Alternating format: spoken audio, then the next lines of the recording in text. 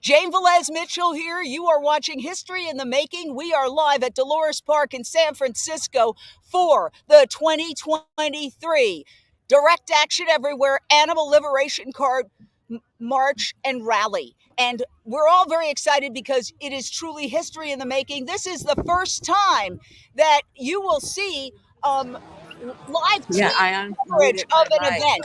And so what we are seeing now is various camera angles of people gathering for this major rally and march here in Dolores Park in San Francisco. I want to go straight out to a woman who is one of my heroes, Alicia Santorio. Scooch in, honey. Or should I call you Agave instead of honey? Because honey isn't vegan. Yeah. We are here with this woman who was acquitted. She went in, she took a chicken along with Alexandra Paul, who is the famous Baywatch actress. They did an open rescue, meaning they didn't hide their faces. They went in and they took 2 chickens off of a slaughter truck. And they were tried and they were acquitted. So talk to me and talk to those watching about the significance of what's happening here. At the march? Here, the whole thing. Yeah, so we have hundreds of animal rights activists who are gathering from all around the world, coming together, and we've been having a conference called the Animal Liberation Conference, and we've been having trainings and speeches, and today we're taking our message to the streets of San Francisco. We've got a lot of exciting things planned for the march. It should be really visually stunning. We have drummers, we have a dance routine. It's really exciting, and we hope to raise a lot of awareness with our message today. Yeah, and there you are with Alexandra Paul, the famous Baywatch actress, taking the 2 chickens who turned out to be quite ill, and you were tried in California for this, and you were acquitted. What is the significance of that, Alicia? It's very significant. It's showing us that public opinion is changing, and that when we do these open rescues and we bring the stories of the animals into these courtrooms, and we get a lot of press about it, and we tell their stories in open court and the cruelty that's happening, it shows that what we're doing is right. What we had planned to do was right by exposing this cruelty and getting our peers to acquit us, not only in Merced, but in Utah, is showing us that, open rescue is a great tactic. We are changing the minds and hearts of lots of people. But you risked actually going to prison in order to rescue those 2 chickens. First of all, wow, were you scared? I was definitely nervous, but before you even do an open rescue, you're prepared. You know the what could happen to you. The risks. So I was prepared for that, and I was just so happy with the press that we got even before trial started, that I felt like we had already won by getting the great op-ed in the New York Times, and that's why we do these things, to get press, to get our message out there, to change public opinion. So I was ready for the consequences, but I do have to go. I'm sorry, I'm the lead safety marshal today, so I got to go meet my team. Yes, absolutely. Okay, thank you so much. Alicia, absolutely amazing. Thank you. You watch yourself as you leave. Okay. But thank you, my dear. Bye, everyone. Yeah, okay. We are, again, live here in Dolores Park with a very historic occasion. You might say, if you look back in history and you find that this social justice movement, animal liberation, is the most significant social justice movement of the 21st century, this will be a moment in history, because this is a convergence from people all over the world. I want to just show you a little bit of what's happening here. You've got the drumming going on. Let's listen in.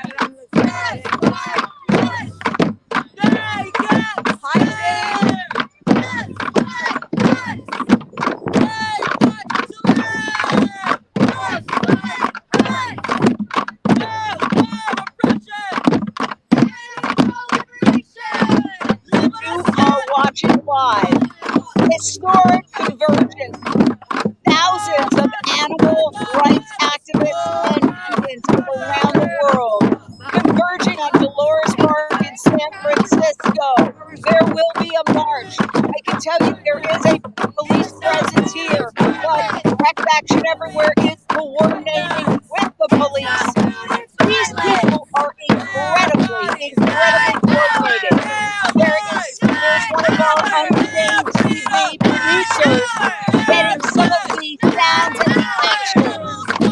Let's listen in as folks get ready to wake up the world. And their message is animals are not commodities. Animals are not things. Animals are sentient beings deserving of rights. That is this philosophy. It is a youth movement, and it is growing fast. So if you ever see any of these stories that try to basically dismiss veganism as a fad, forget about it. We are growing, and when we hit, well, 3.5% of the population, there's going to be a global shift. I want to bring in Maryam Kamali, who is here. Maryam, talk to us a little bit about how much Direct Action Everywhere organizes to have these events. Work. We have been doing this in the past like year and a half. This takes a lot of volunteers' energy, a lot of thinking, and a lot of coordination and cooperation with other groups sometimes. And it does take a lot of human power and human brain to bring this action together. There's so many great people showed up today, and so many great people worked hard behind the scenes to make this happen. And we're also getting ready for some speeches that are going to be happening right behind us. By the way, you're also watching History of the Making with Unchained TV. We are providing live team coverage the way any other network would, but we are doing it from a animals have rights perspective. So you're going to see various camera angles throughout this day. We have approximately 6 journalists out there in the field covering this, and we are going to be going to the speeches. You're going to feel like you were here. I'm sure you would love to be here, those of you who love animals, but even if you can't be here, you should know that you're going to feel like you're here, because we have actually had a breakthrough in terms of our technology where you would need a giant truck with a mast. Have you ever seen those news masts? Well, we figured out a way to do it without the big truck and without the big mast, but we are global on our Unchained TV streaming network, on Facebook, on Twitter, on YouTube, and we are showing the entire world what's going on. I want to go to Michelle Celestino, who is mixing in with the crowd. Michelle, tell us what's going on. Jane, it's amazing. We have such a huge, massive crowd here today. I'm going to walk up so you can see everything going around. You see hundreds and hundreds of people so far. That's going to culminate on an amazing rally and march down San Francisco streets. You see them gathering up speed and momentum. Can you see everybody? Let me give you the view behind me. Amazing. Everybody everywhere. You know what's so amazing is that everybody here has come together for the animals. This is animal rights movement that is coinciding, building up the vegan movement that's so massive right now. We're here in San Francisco, California, and then we're going to talk to someone. Oh, Zara, how are you? Hi there. We have Zara, super sweet, right over here. You want to come and look? Tell me, why are you here today? To take part in the animal liberation march. And where have you come from? Los Angeles. Yay! Have you been here before? No, it's my first time. Really? What do you expect to see? How are you feeling? I'm just so happy to be within this community of like-minded souls, and it's refreshing. Everyone's here for the same purpose, to show that animals do matter and that they need to be liberated. So I'm very excited. What does it mean to you to have such a community that's growing and growing bigger and bigger every moment? It means everything. It means everything, and to be able to do this and have other people wake up to it and seeing what we're fighting for and getting an understanding and hopefully having some really good discussions with people. That's what I'm hoping for. And you know, you are an amazing activist as well. Can you tell me more about the kind of work and consciousness that you do to get people aware of what's going on? Exposing truths. You know, people. The reason why people don't know is because they're not. Everything is so hidden away, right? So I think a big part of it is exposing truths. Social media, any kind of platform that you have, make posts. When you find out about something that's unjust, speak about it. You know, speak to it. They need our voices. They need every single one of us. That is so wonderful. What message do you have to those people who are still not awake? Like, what do you think they need to know? Do your research. Take an interest. There is so many beings on this planet that is not spoken for, you know, that don't have a voice or that don't have the right to vote, or, you know, that they need us to do all that for them. They need us to be their voice. So please do your research, show your compassion. Thank you so much, Zara. You are amazing, and I'm sure we're going to catch up with you later on. I'm going to go see some more people who are here that want to spread that message. So good to see you. Excellent. Thank you. Okay, so here we are with like-minded people, and let me just say, it's a shift, Jane. It's a conscious shift of like really thinking about something else, something that's not just about you. It's not about your taste buds. It's about the animals and their welfare. And you know what? The world is changing. As you see right behind me, everywhere, everybody is gathering here and waiting and so excited to do this march. I'm telling you, I said hundreds. There's going to be thousands of people. I see it everywhere. Let me tell you that it's so exhilarating to have the same kind of thinking and shift in consciousness so people are aware. Here's one of the DxE organizers, Rocky. Hi, everyone. Hey, Rocky, how are you? I'm good. Feel really excited because of all the people out here, lots of good energy, and yeah, just really excited for the march. So what do you expect to see? Well, we're expecting to see around like hundreds at the very least. I'm assuming like 500 people who are going to be marching and down the streets of San Francisco from here to the Civic Center. And in fact, you know, you're probably going to see other visual displays as well. I'm not sure if I'm sharing that, but you should also expect to see dances, singing, and whatnot.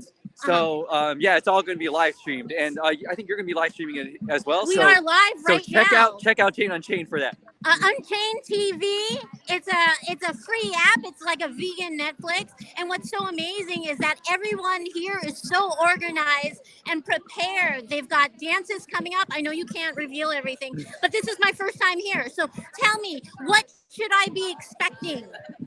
Yeah, what you should be expecting are, again, hundreds of people marching down the streets of San Francisco, chanting, singing, and speaking up for animals. Can you tell me why you're here? Like, what does this movement mean to you?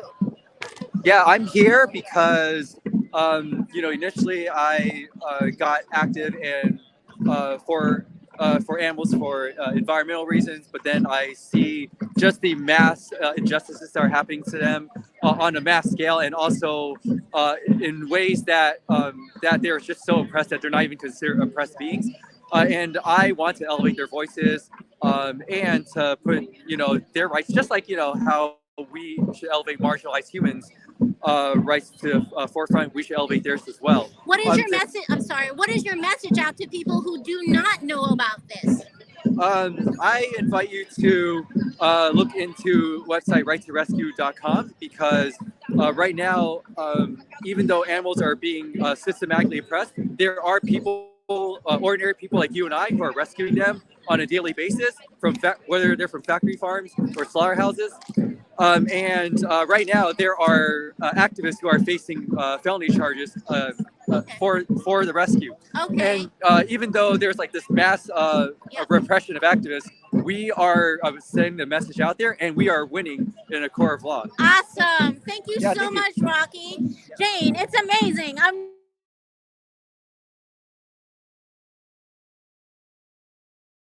This is dance rehearsal going on right now. You can see they are rehearsing some dance routines and playing hacky sack.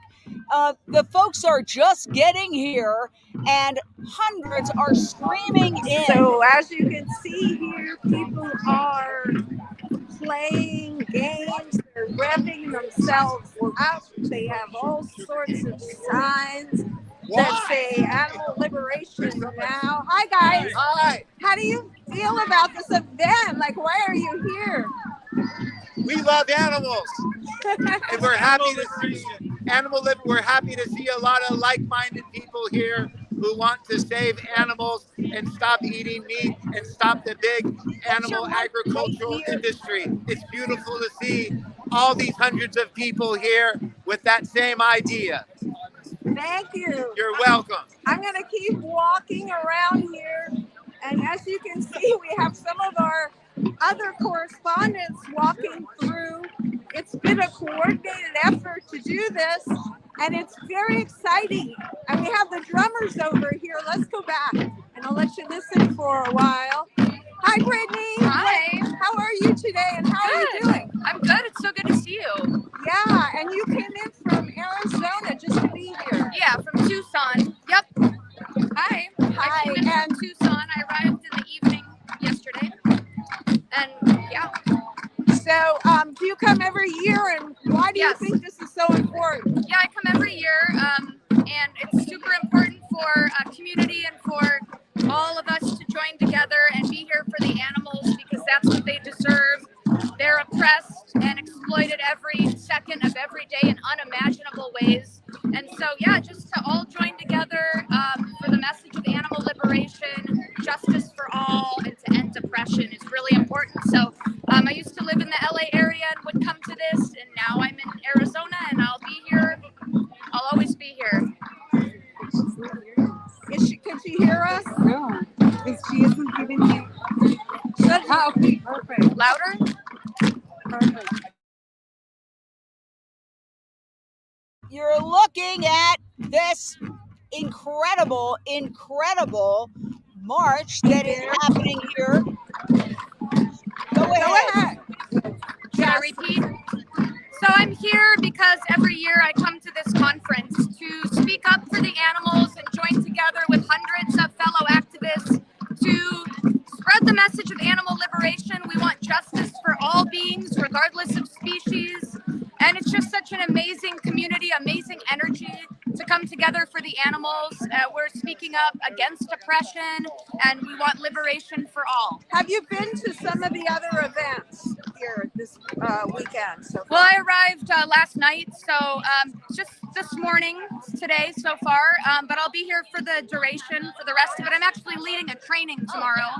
I'm leading a training in the afternoon tomorrow. Tell us a little bit about Yeah, it's called Pressure Campaigns Making Lasting Change for Animals, and I'm representing In Defense of Animals. I am the campaign specialist for captive animals at IDA, and so I'm leading a training to represent In Defense of Animals and just be here to teach people about pressure campaigns.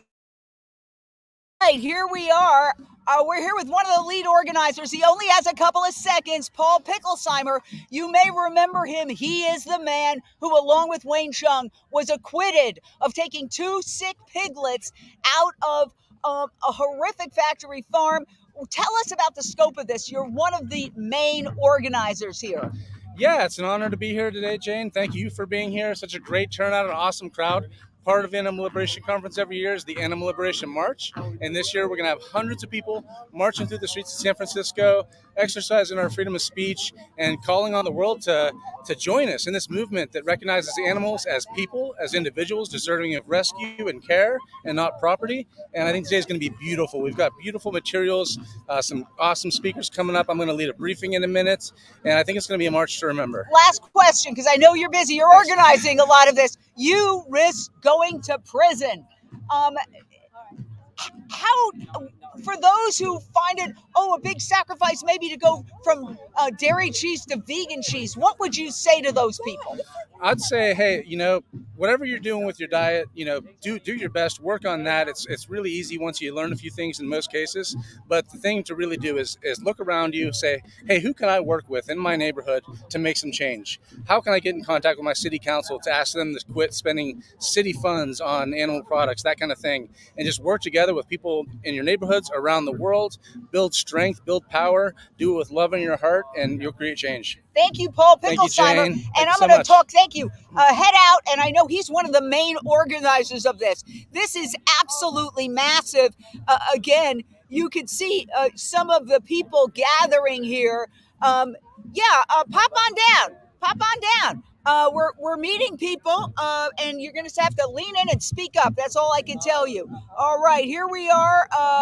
Let's go back to tell us who you are and why you're here. Hi. Oh, they're going to get started with the briefing now. Say it very quickly. My name's Kitty. I'm the lead organizer of the Animal Liberation Conference this year. All right, can we and we're about to get started with the break briefing and the speeches for the Animal musical Liberation abilities? March. Yay, thank you. Well done. Wow. Okay, thank you. We'll get back to you, I guess. Really into it. And that's They're great. all We're gonna coming do that in over. the March just It's going to shortly. be very exciting. When they start speaking, All right, give the we'll drummers a bring round of you applause. those speeches. All right. The organizers of the march. I'm an organizer with Direct Action Everywhere, SF Bay Areas. My pronouns are they, them. And I'm honored to be here today with hundreds of you from around the country, around the world, to stand up and let the city know, hey, there's a lot of people that think animals shouldn't be treated like property, that they deserve the same kind of respect that we deserve for each other. And are here to bring our voices together with love in our hearts, send a really positive message. Today is the Animal Liberation Conference is going on, and every year that we do that, we have the Animal Liberation March. And it's one of my favorite events. I love to see it. And the theme this year is fighting for the right to rescue. So why do we do that? Well, because we've got a lot of court cases going on in the past and upcoming. And we want to show people like, hey, this is an important thing. Maybe people don't agree on everything that we agree about when it comes to animals and what they deserve, but most people, according to the last two juries we've presented to, agree that animals who are in situations of distress or exploitation deserve to be rescued from those situations. And even if sometimes the law isn't caught up to that yet, to the public opinion, it essentially is, because the trial by jury is a part of the law. It's a function of the law. And now 2 times in a row, prosecutors have said that myself and some of my friends have committed a crime. But when we went through the process, shared our story to a jury, 2 in a row, unanimously acquitted us of all charges. So, I'm going to keep it pretty brief today, but I want to do a nice little rundown of what's going on. So this is going to be about a 2.6-mile march. And it's mostly going to be on flat land. There's going to be a couple blocks of uphill, a few blocks of downhill. But if anyone's thinking like, wow, that's too long for me to march, well, that's okay. You're free to disengage whenever you want to, of course, and meet back up with us at the dance party at Proxy at 7 p.m. Also, we're going to have a vehicle that's trailing behind, maybe not right behind at all times, but near enough. And if you need to get off your feet for a while and ride in the SUV, our friend Ramin is driving that, and there'll be some water in there, some first aid, all that kind of stuff. So if you need a break, look for myself at the front of the march, or Kathy Nero, Kathy's over there waving one of her drumsticks.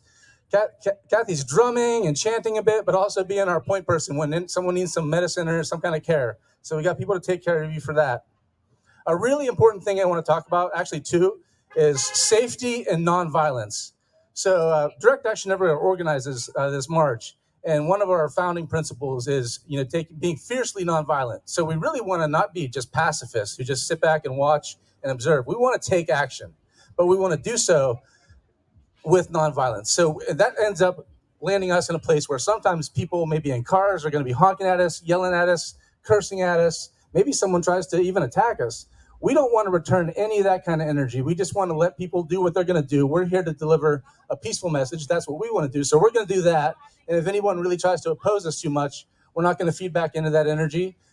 Myself or some of the other marshals will try to step in and de-escalate. And on the safety side of things, we've got folks in these yellow vests. Those are going to be some of our safety marshals. A lot of them will be on foot. We'll also have some who are on motorcycles, and their job will be to help keep us safe throughout traffic. I can't stress enough how important it is that we are all very vigilant and being careful, because when you're walking around these 5,000-pound chunks of metal flying through the roads, it can get really bad really quick, and that's just with accidents. These days, not something I expect today, but we've seen people who drive their cars into protests, and that's terrifying and disgusting, but it's a reality in some places, and as much as I do not expect anything like that today, we want to be prepared for it. So I want to talk about 2 drinks really quick, coffee and tea. Please listen to this part, because just in case of emergency, we want to have 2 code words to let us know when we need to get out of the street for our safety. First is tea. If you hear someone yell, tea, in a really loud way like that, not just like, hey, you want some tea, but like, tea, that means, oh gosh, there's like a fire truck coming. If people were at our last march, we encountered that, an emergency, so we had to get out of the street quickly. If we hear tea, that means we want to, with pretty quick order, but no panic, we want to move ourselves off of the sidewalk along with our materials and make way for like an emergency vehicle to pass through or something. Coffee, on the other hand, is more intense. Like you drink tea to just kind of relax sometimes before bed, getting the right vibe for some nice sleep. But coffee is like, wake up, get moving. You're getting that caffeine, you're a little jittery, and it's like, oh my gosh, someone is really trying to drive into our protest or something. It's a big emergency. At that point, we want to, if you hear coffee, you want to drop your materials on the ground and then walk, with some quickness off the street. You don't want to run and panic and cause a big thing. That's how people get hurt.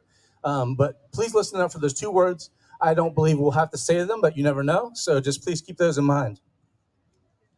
We'll also most likely have some assistance from San Francisco Police Department. Typically when we do these marches, they do step in and try to manage some of the traffic, but we can't always depend on them. So we'll be counting on our safety team. So listen to them if they ask you to slow down or stop. If we're ever walking in one lane and there's traffic coming in the other lane. Hi guys, we are here live with people from all over the world. Where are you from? I'm originally from the South Bay area, but I was born in Brazil. Right on. And who are you? Hi, I'm Youngin and I'm from South Korea. Woohoo! Hi, Michelle, Deacon Boss LaBrosse, and from Ontario, Canada. Woohoo! I'm Mike. I'm from Colorado, USA. Oh my God, everywhere. Hi, I'm Van. I'm Palestinian Filipino and I'm fluent from Dubai. I'm Filipino too.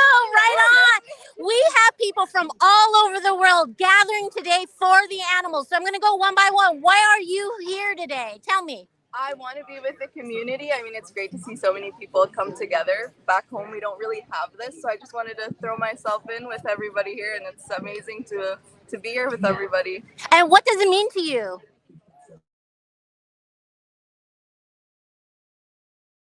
The people of San Francisco to see that people are out here doing this. So when you've got materials, you're going to get tired sometimes on this hike. But when you're not super tired, get your stuff up in the air, wave it around, but be seen, be visual. Let people see, hey, this is a pretty cool thing. I want to learn more. I want to get involved. We would love it if every year somebody comes to this march and it's their first event. And the next thing you know, they're like Antonelle, who came to Animal Liberation March in 2021. And now she's a key organizer of the conference. So if that's you, if you're new and this is your first event, thank you so much. Come to our next event, get in touch, and just keep the momentum going. I'd like to just name some roles really quick. One is our police liaison, Louis Bernier. Anyone see Louis? Okay, Louis is over there in a gray hat. And in order to just have a good amount of communication, if the police want to talk to you about anything at all, please just direct them to our police liaison, Louis. Or you can direct them to me, and I'll direct them to Louis. Don't try to engage in small talk or anything like that. We don't assume anyone's trying to do harm to us, but we don't want to set any kind of bad practices. We just want to make it really easy for those folks to communicate with one of our people. We also have a press liaison. That's Tonya. Tonya, are you here? Okay, so Tonya's here somewhere. I saw her a minute ago. Tonya's got bright pink hair. There she is. Hey, Tonya. So if any media comes up and would like to talk to us, direct them to Tonya, please, and she'll put them in touch with the right party or field their questions herself. We've also got Curtis and Rocky doing outreach to people in the street. If other people want to do that, Rocky's looking for helpers. Day like this, surrounded by like-minded activists. And if you're not in that role, then... What is your message? Well, for me, I've come all the way from Ontario, Canada. I've heard about the Animal Liberation Conference for quite some time now, and I wanted to be surrounded with amazing people. And my message is we have to do everything that we can to help the animals on our planet, and we have to stop the suffering. We have to stop hurting them. And what does that mean? How do we do that? Well, we actually have to get involved, I think, as strategy makers in policy. We have to start lobbying a little bit more. We have to get involved legislatively, but also we have to build a community of like-minded individuals that actually want to build change and talk to the people that can create that change. Excellent. And how are you feeling today? Absolutely amazing. Woohoo! I know. And we have people from all over the world, Jane. Thank you so much, Michelle. Hi. Tell me, why are you here today? I am here for the animals, and I want to be the voice for the voiceless. And she's all the way from South Korea, right? Yeah. Tell me. Well, in South Korea, things are starting to change. Like, people care more and more about the animals, and like nowadays people, teaches like dog meat. People are having more and more awareness, and that's now spreading to other animals. Cows. So, what do you want to tell them in South Korea? I want to tell them we need to listen to our inner voice. But we're still holding our materials. And then when the dancers in front of us, when they stand up and start their dance routine, we're going to stand up too. But since people like me, we don't know the dance, we're just going to follow Antonelle's lead, and Antonelle will be waving left and right. So whatever you've got, a placard, a flag, a banner, whatever, wave it left and right. Just follow Antonelle's motion as much as you can. Like, mimic it, be a mirror, and hopefully it'll look cool to see a bunch of people doing that. And then at one point in the song, you'll see the dancers in front of you go down to take a knee. When they do that, do the same, and then you'll see them rise up. And the lyrics of the song will say rise up, and they're going to come up with a peace sign in the air, nice and slow, and they're going to hold it till the end. When that happens, don't like wave your stuff, just bring your peace sign up. You can leave your stuff on the ground or just hold it to the side, but we just want to see a bunch of peace signs to finish off that dance routine. Any questions at this point about anything I've talked about? Okay, well, remember coffee and tea, and remember safety and nonviolence and all that stuff. But right now, I'm going to pass it off to Kitty Jones, who's going to introduce 3 guest speakers. That'll take us about 15 minutes to hear from them, at which point we are going to have our safety folks block this side of the street where traffic's going this way, and then we're all going to get into this grassy cluster between the 2 streets. Once we're there, our safety team will block that end of the street, and to let our giant 10-foot by 10-foot banner roll through. And then once it's in front of us, we're all going to just step off the grass, follow behind the banner, Jane, and have she's an awesome downloading march. Unchained So thank you so much TV for being right here. And I'll pass it up to Kitty Jones. Super excited when I know. Hi, everybody. You already know me. I'm Kitty. I'm this year's conference lead organizer.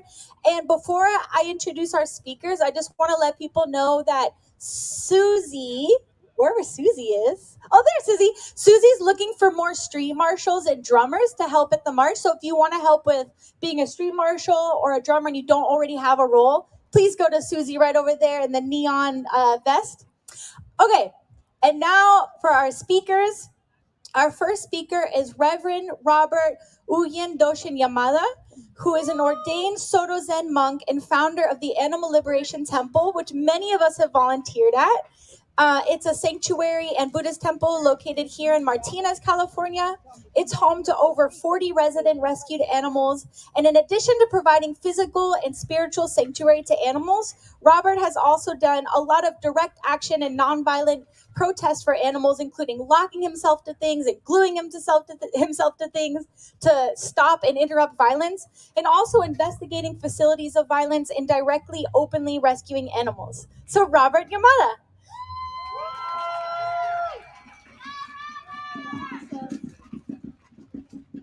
Hello, folks. When I was asked to speak here today, alongside these 2 amazing speakers,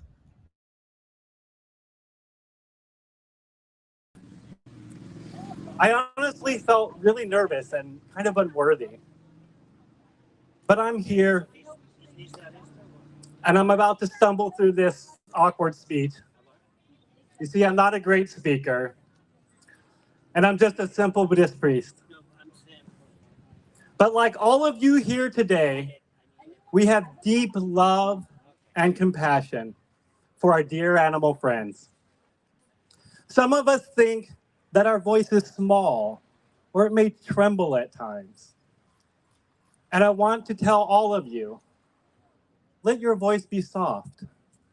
Let it tremble. Be your authentic self.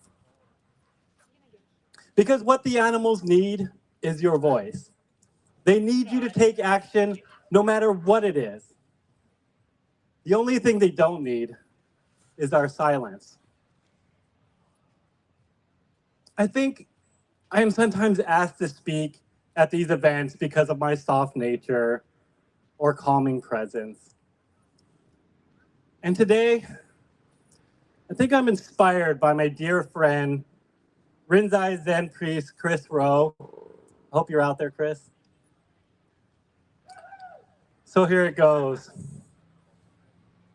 The nature I feel our animal friends deserve today as we're about to take these streets.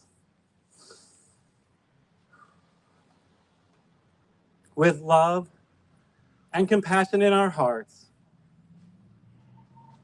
Let's take these streets! Let's shout so loud that all of San Francisco hears us. Let our voices echo around.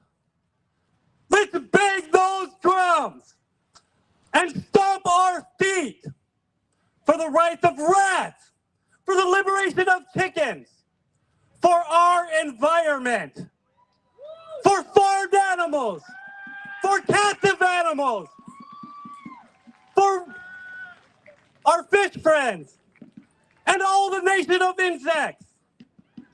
Human liberation now! Eco liberation now! Animal liberation now!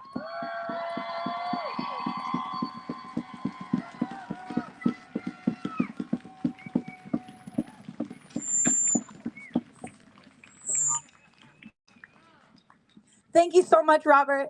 And our next speaker is Chris Eubanks, who is a social justice activist based in Atlanta, Georgia.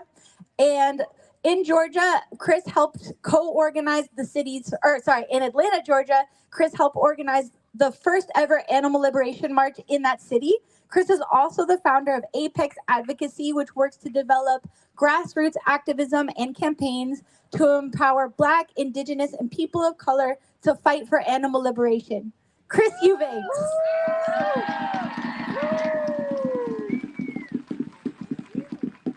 Thank you all so much. Speakers allowed. All right, great. Okay, so I'm thankful to be here, and this is my first ALC March, and I'm just excited to be around so many incredible people. So here it goes. So dear meat, dairy, and all industries that exploit animals, you've had a long run, but your time is over. Yes, for so long, you've made the world believe that it's okay to mistreat animals.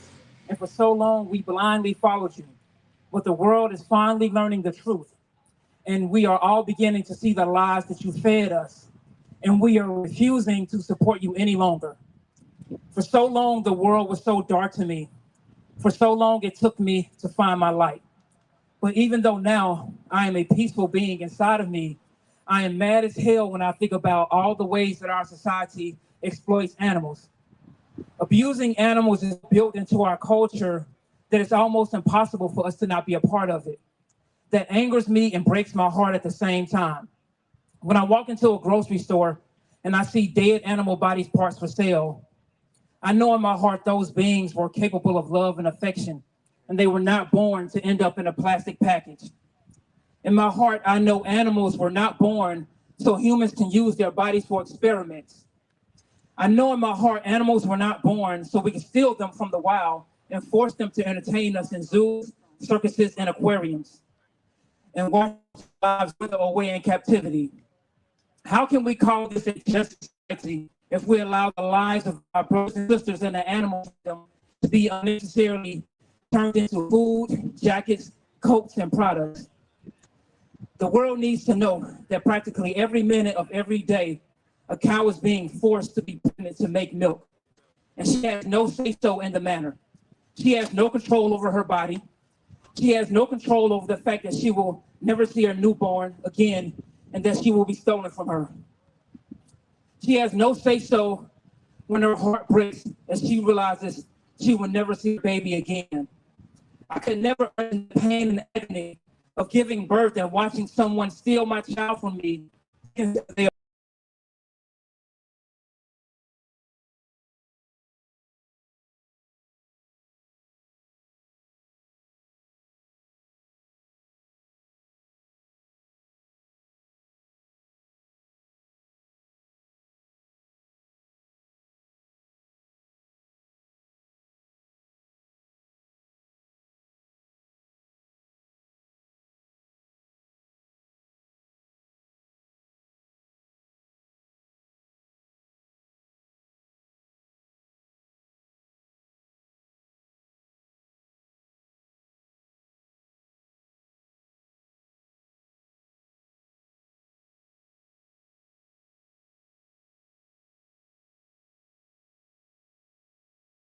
Own bodies. Our brothers and sisters in the animal kingdom are individuals that have beating hearts and that deserve the right to be free from abuse. Yes. But our society would rather skin them alive and place a high value on their flesh while they place no value on their soul or right to exist. The cruelty that is allowed to happen to animals in the name of profit is a poison to our society. Allowing animals to be killed so we can purchase their violence and death reeks of privilege and elitism, and we should be ashamed as a society. No animal wants to live in confinement for our entertainment, and no animal wants their skin peeled off their body to be turned into fashion for our clothing. No animal is happy when he or she is being exploited. No animal is happy when he or she is being killed in a slaughterhouse, and no animal is happy to be killed for our taste buds. So today I challenge you to not limit your compassion to one race or one gender or one species, because discrimination can happen to any being regardless of their gender, species, or race. So today I come with a message of peace, love, and compassion. It is up to you and I to stand up for those that are the most vulnerable in our society, because they get abused and killed and aren't able to stand up for themselves. So we are not here today because we want to be here. We are here today because we have to be here. We are here today because our society is turning animals' entire lives into products. We are here today because our society is turning animals' souls into clothes. And some people don't believe that animals have a soul. But I wonder if the animals that we beat, torture, and abuse every day wonder if humans have a soul. But this is a warning to any industry that exploits and abuses animals. Future generations are being raised knowing that everything that you do and done has come from violence and oppression. It's 2023. There's no need to sell fur coats. It's 2023. Wearing animals is barbaric. It's 2023. Selling animals is oppression. So dear meat, dairy, and all industries that exploit animals, one day compassion will win. One day your industry will die. One day the suffering that you cause will end. And one day the animals that you have abused for so long will be free. Thank you.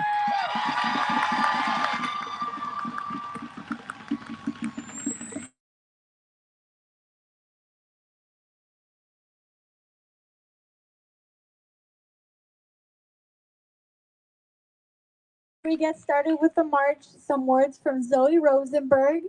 Zoe Rosenberg is the founder of Happy Hen Animal Sanctuary, which has saved over 1,000 animals' lives. She's a full-time UC Berkeley student, lead of the DxE social media team, and lead organizer of the UC Berkeley student group, which is working hard to get the university to transition to completely plant-based dining halls. Zoe Rosenberg.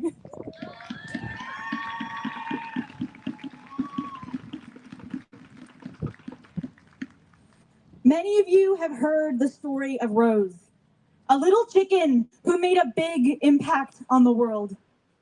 Rose lived on a factory farm that supplied to Petaluma Poultry, a multi-million-dollar company owned by Purdue. She was collapsed on the ground with a swollen and immobilized leg. Unable to walk, she was struggling to access food and water. But then animal rescuers with Direct Action Everywhere found Rose, and they helped her. And they found that many of her brothers and her sisters were sick and struggling as well, and they tried to help them too. But the suffering on this farm was so overwhelming that they knew they couldn't help all of the animals alone. So they called the police, and they asked them to come, and they asked them to step in and address the criminal animal cruelty that was happening there. And the police did come. But instead of addressing the animal cruelty and helping the animals, they arrested the animal rescuers, and they tore the sick, dying animals out of their arms and had them killed. Only one chicken made it out alive that day, and that chicken was Rose. Rose was brought to me at my animal sanctuary for urgent care. She was scared. She was dehydrated. And we discovered her leg was so badly injured, she would be permanently disabled. But Rose and I became best friends. She came with me everywhere, to restaurants, to the grocery store, sometimes even to school. Unfortunately, despite the veterinary care she received, she never fully recovered from the abuse and neglect that she faced at the hands of Petaluma Poultry. And a little over a year after she was rescued, she passed away. And now she is buried in the ground, and I will never see her little face again. I will never again see her eyes peering up at me. Her eyes, they were so filled with life, with hope, with determination. I will forever be haunted by her loss and by the losses of all of the chickens who were denied aid and killed by law enforcement on that rainy day in 2018. And they say to forgive, and they say to forget, but I won't forgive, and I damn well won't forget. I will never stop imagining the futures that those chickens could have had, the beautiful lives that they could have lived. I will never stop imagining what could have happened if law enforcement had done their jobs that day instead of protecting corporate interests. The suffering, the agony, the death that is caused by industries that abuse animals and corrupt our laws, it is immeasurable. But our tears can't wash the blood away. And I thought about holding a moment of silence today for all of the lives that have been lost. But then I realized, if we gave a moment of silence to every animal who has been, we would be forever. So instead, let us be as loud as we can. Let us march through the streets. Let us cry out for justice for every animal denied the right just to even live.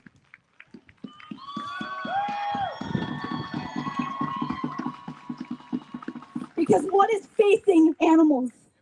It is so much bigger than any of us. And it is so much worse than we will ever be able to understand. Because when you are a cow in a slaughterhouse, a beagle in a testing lab, a chicken on a factory farm, or a mouse in a pet store, you have no autonomy, no freedom, no right to your own life.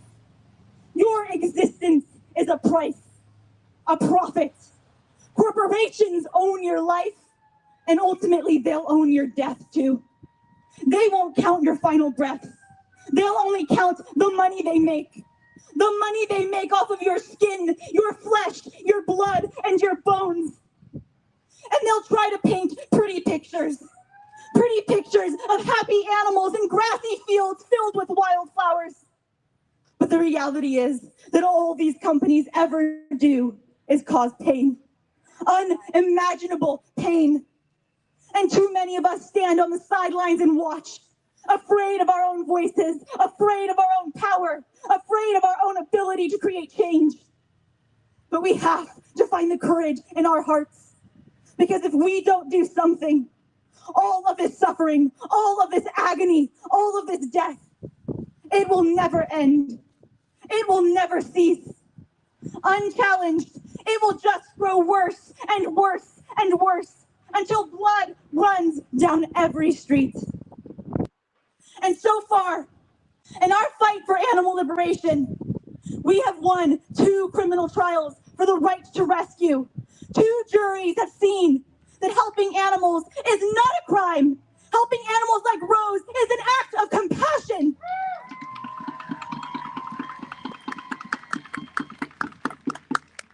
But we still have a long way to go.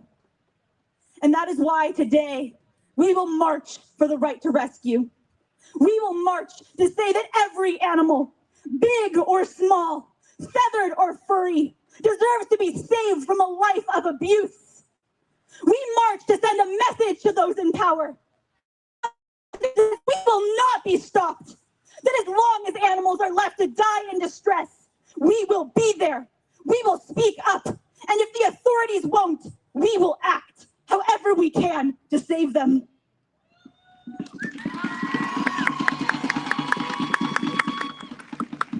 And someday, our movement will grow so large and so powerful that we will be able to walk onto a factory farm and take every last animal out.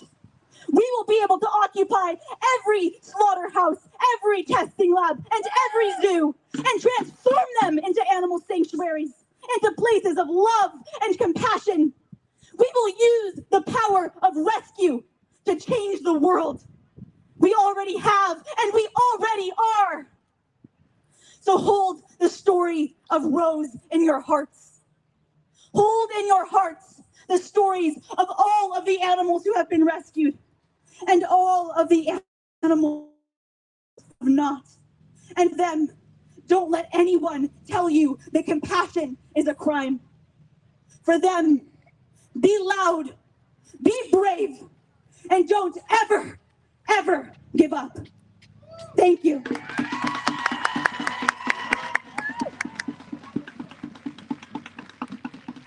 Wow. Okay. Oh my God. Y'all are amazing. I want to run through a brick wall. So thank you, everybody. Thank you, Christopher. Thank you, Robert.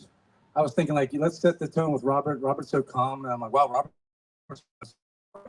So way to get it started, y'all. I'm feeling it. Let's now carefully hop up, collect our belongings, prepare to come down here right on the sidewalk. We're gonna wait for the cues from our safety teams on both sides. And then like I had mentioned before, we're gonna all get into this grassy area here to start off. So people on that end maybe come down here, and we're gonna wanna have our chanters and our drummers roughly in the middle of this thing, because that's gonna be where the audio is in the street in a moment. And just a couple, one thing, there'll be times where we're letting some smoke flare out and march colors. You want to be put your hand up whenever Jacob is passing it out, and if you want to steer clear of the smoke, by all means, step to the left or right, whatever you need to do. Yeah, let's make our way down, and we're gonna take the street in just a minute. We're gonna.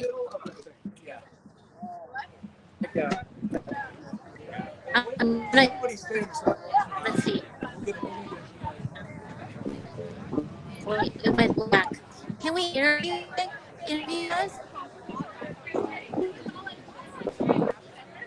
Okay. Thank you. Thank you. Thank you. Thank you. All right. Hello. All right, you heard some incredible speeches there. You want to try to find someone? Really, really amazing.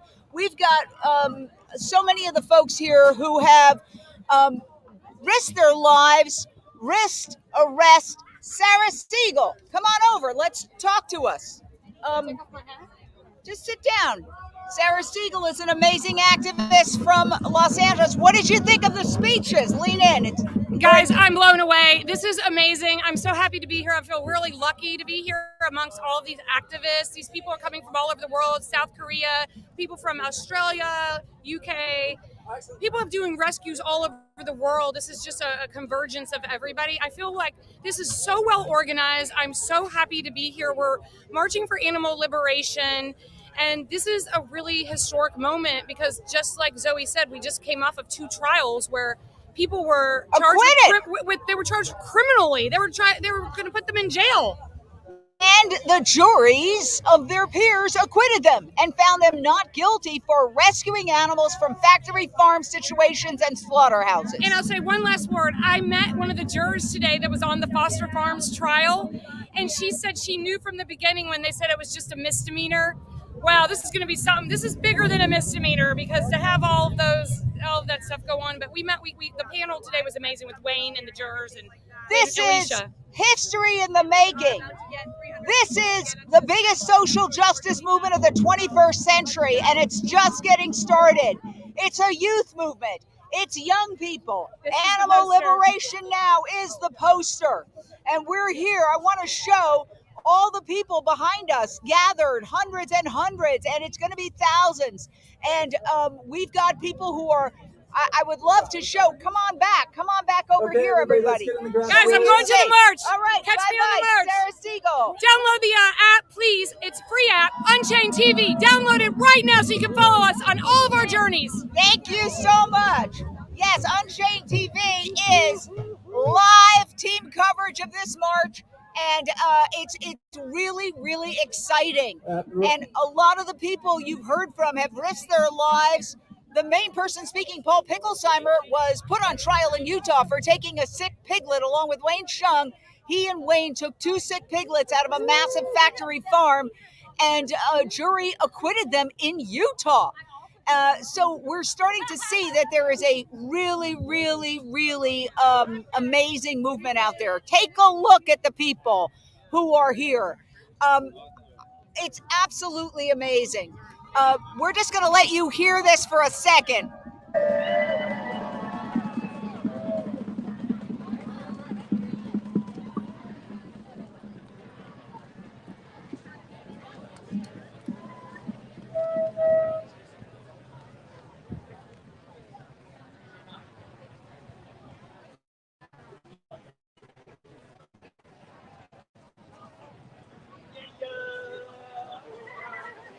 All right, everybody is getting ready to go on the march, and we've got thousands of people who are gathered here. Let's show you these people who are gathered here, getting ready to march. This is really, really historic. This is history in the making, and we're going to provide this team coverage to you as thousands of people march through the streets of San Francisco to send a message. Animals are not property.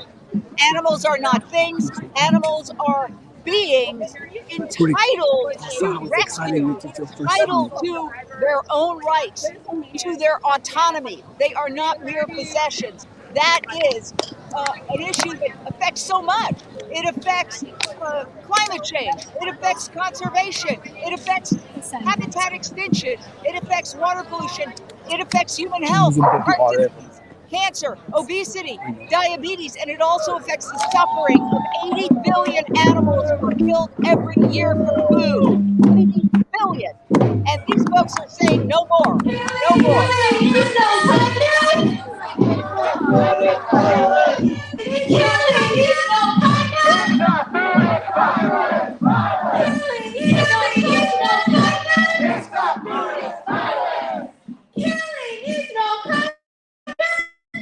Stop doing this violence! Their bodies! Not ours! Their lives! Not ours! Their freedom! Not ours! Their life! Not ours! Their eggs! Not ours! Animals want to be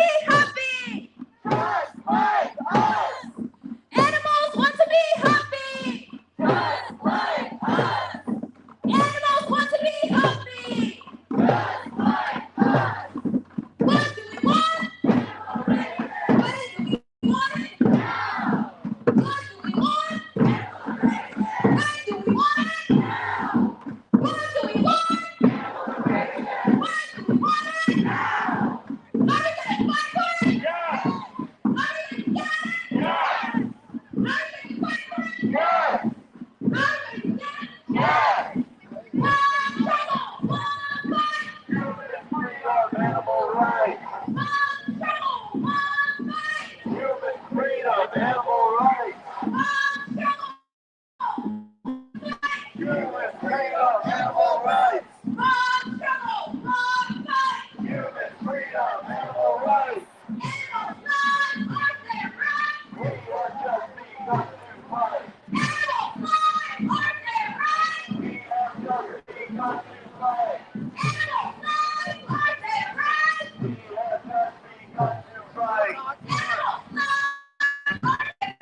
We have just begun to fight.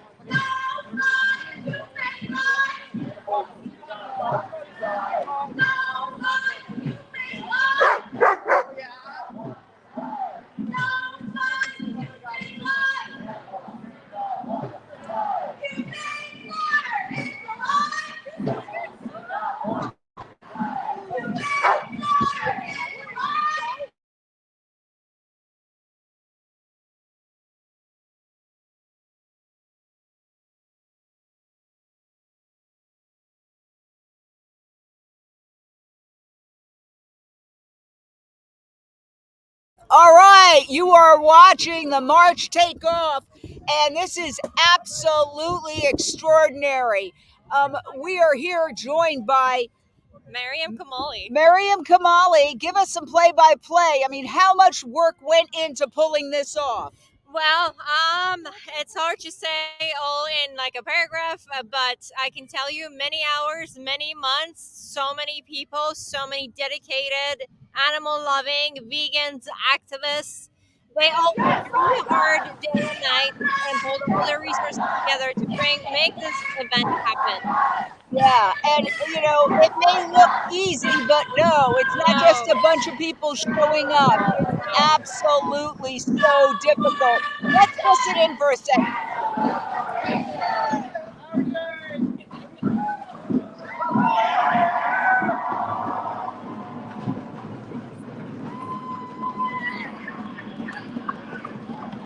Is this the biggest you've ever seen in terms of the march? Well, this is definitely one of the biggest. I've seen many marches in the last 10 years, having been around DxE, and every year it's more impressive. Hear this message, more people want to be involved, and that is exactly the aim of this, one of the goals of this march, to elevate the animals, to invite others who are thinking that animal voices are being heard and there aren't anybody speaking up for them. There are so many of us out there, and they hear about it, they join in, and so the movement grows every year thanks to so many different groups and so many different marches. And this is one of the most important. Yeah, it's really absolutely massive. Couldn't believe. Look at this. Look at this.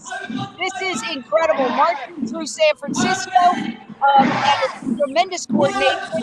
You heard in their preparations, they want to make sure it's all safe, that nobody gets hurt, that everything is done properly.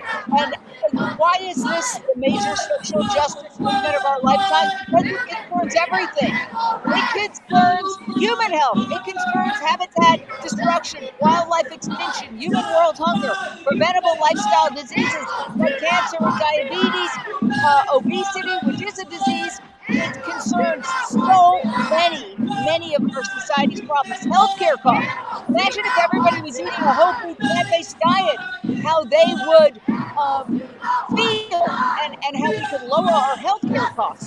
So it's really, really extraordinary. And this is a wide cross-section of the world. We have people from all over the world. We have people of all ages. Yes, it's mostly youth-led, but there are people of all ages in that crowd. And it's just really, really exciting to see this come together. And again, a lot of the excitement happens because Direct Action Everywhere has been in the news. They have been in the news. Here's a New York Times article. Animal welfare groups have a new tool, virtual reality. And in this case, where Wayne and Paul were they were acquitted by a jury in Utah, which was a huge victory. Here is the little piglet that Wayne Shun removed from the factory farm. So you're seeing that this is what people are standing up against. These are pig gestation crates. Pigs who are smarter than dogs, kept in crates the size of their bodies, never able to turn around. This is what these folks are fighting to stop. There's our contributor, Michelle Celestino, marching with the crowd, and she's going to be bringing us some interviews as we stick with this march and wherever it takes us. So let's see who else is out there and what they're doing. So hold on a second. This is Mick Davoudian. Mick, can you hear us? What do you have to say about what's going on there? Where are you going? What's the mood? All right, it's extremely loud here. So what we're trying to do is bring this to you, but it might be hard for some of the folks out there to hear, given all the marching and Hi, Jane. This is incredible. I can barely hear anything, but it looks like this is, hopefully you can hear me. Yes, we can. Pretty crazy, and I'm out of breath. I'm gonna let my producer, Hurik, talk. This is unbelievable. We have so many groups of intelligent, kind people who are from multiple generations, young people, old people, all joined together because of what we care about, for the justice, for the animals, for the environment, because this industry is an industry that destroys not just the animal lives, but human lives and the environment because of the connection with all the environmental destruction that it causes. Greenhouse gas effect, deforestation because of all the grazeland, the pharmaceutical drugs that are used to treat these poor animals with the pesticides and the hormones. And this is a multifaceted industry beyond just the animal factory farm. No es comida. Killing is no kindness. Killing is no kindness. It's violence.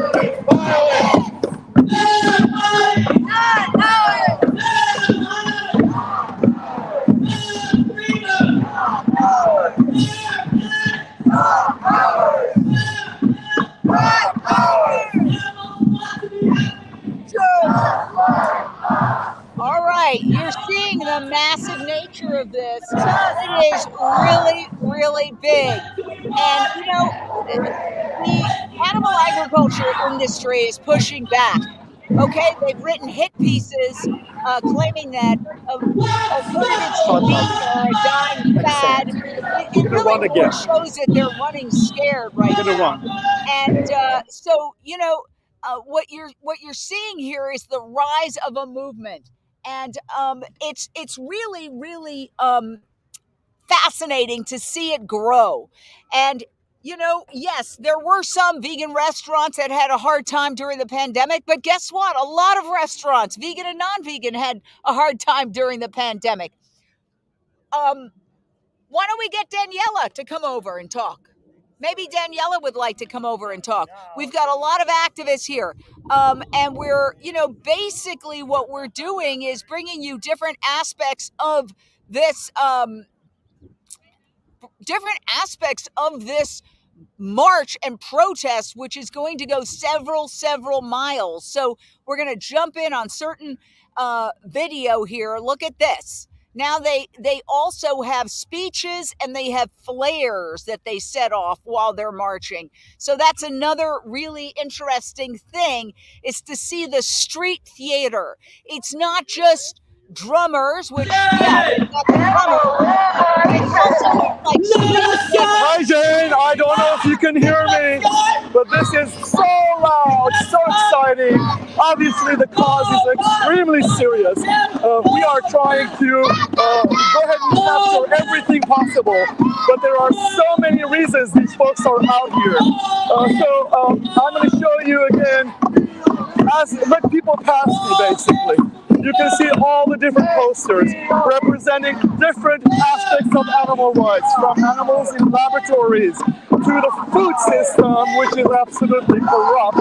Big Ag is the cause of destruction of so much of our planet and our health. And so this is the wide spectrum of fight that is happening on behalf of animals. The reason there's so many places to fight for animals is because humanity has done so many horrors to so many animals in so many ways. This is amazing. And we are listening to you and watching you, Mick and Hurik. Although, so just so you know, we are. It's absolutely fantastic. I'd like to bring Daniela, who is an amazing activist, here at our headquarters right now, which is Dolores Park. Daniela, lean in and tell us emotionally what this is for you. I know you're a tech industry expert. You are an animal lover. Why are you here? What does this mean to you emotionally?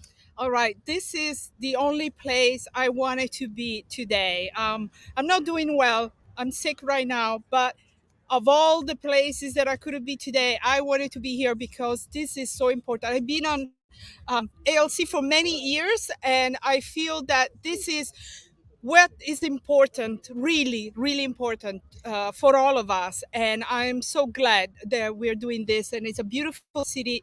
It's a beautiful time in the city. And I hope everybody that is watching this will join us. It's really the place to be. As a person who, you know, what touches your heart? Why is it that these people can see, and you and I as well, that animals are not mere property to be chopped up and eaten or turned into a purse? Why is it, do you think, that other people can't see that? I used to be a person that eat meat, and I used to be just like that. And then a dog changed my perspective. I start to look at my dog and I realize he's just like a cow. He's just like a chicken. And my dog made me change my set mind. I don't know what we need for everybody to start looking around and see that the animals have their own life, they have their own soul, and they don't belong to us. We should give them the right to live just like every human deserves. So I think that's what it moved me. And you are an amazing activist. You use your tech skills to help. You've helped UnchainedTV when we've had technical issues that we needed to help solve. Because let me tell you something, people, it's not that easy to bring you team coverage of this march going through the streets of San Francisco. Let's listen in a little bit more. Human slaughter is a lie. Animals do not want to die. Don't buy the humane flag. Animals do not want to die. Human slaughter is a lie. Animals do not want to die. Freedom for all. Justice for animals. Freedom for all. They feel pain. Just like us. They have friends. Just like us. They get scared. Just like us. They want to live. Just like us. No more oppression. Animal liberation. No more oppression.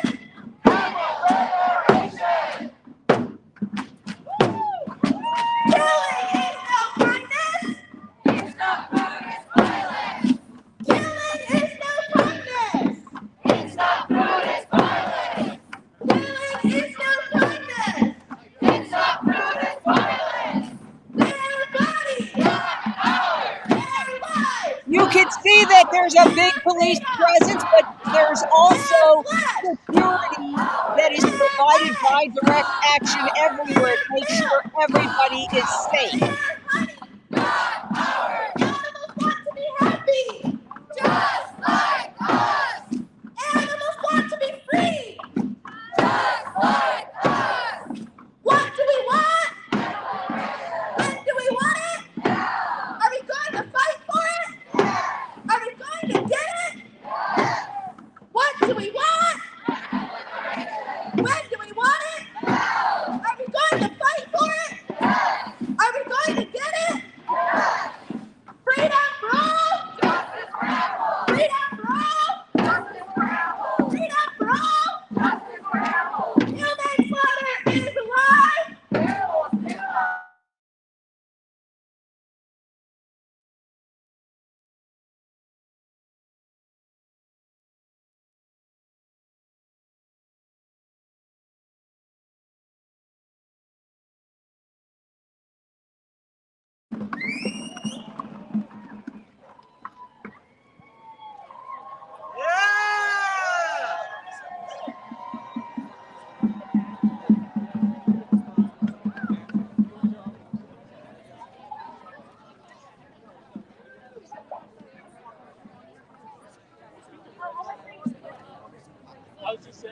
All right, you see, this march is continuing to move through the streets of San Francisco. Hold on, let's go to Michelle.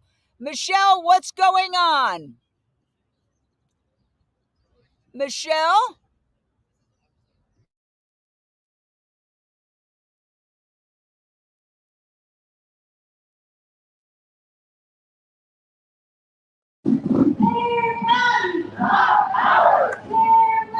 Hi, Jane. Yet another intersection we're approaching. Here's the front, and it's pretty amazing. The police is going ahead and blocking all the intersections. So I've kind of run ahead. I'm a little out of breath, but I'm going to try to talk as much as I can. They blocked this intersection now. I don't know what's planned here other than pass through. Perhaps just pass through. We will see. But we are ready for anything. DxE is really well known for its theatrics. So it's kind of would not be surprising at any given moment to see something very, very dramatic. So let's all stay tuned. I'm going to let you listen. In the meantime, my producer, Hurik, is going to talk further if you'd like.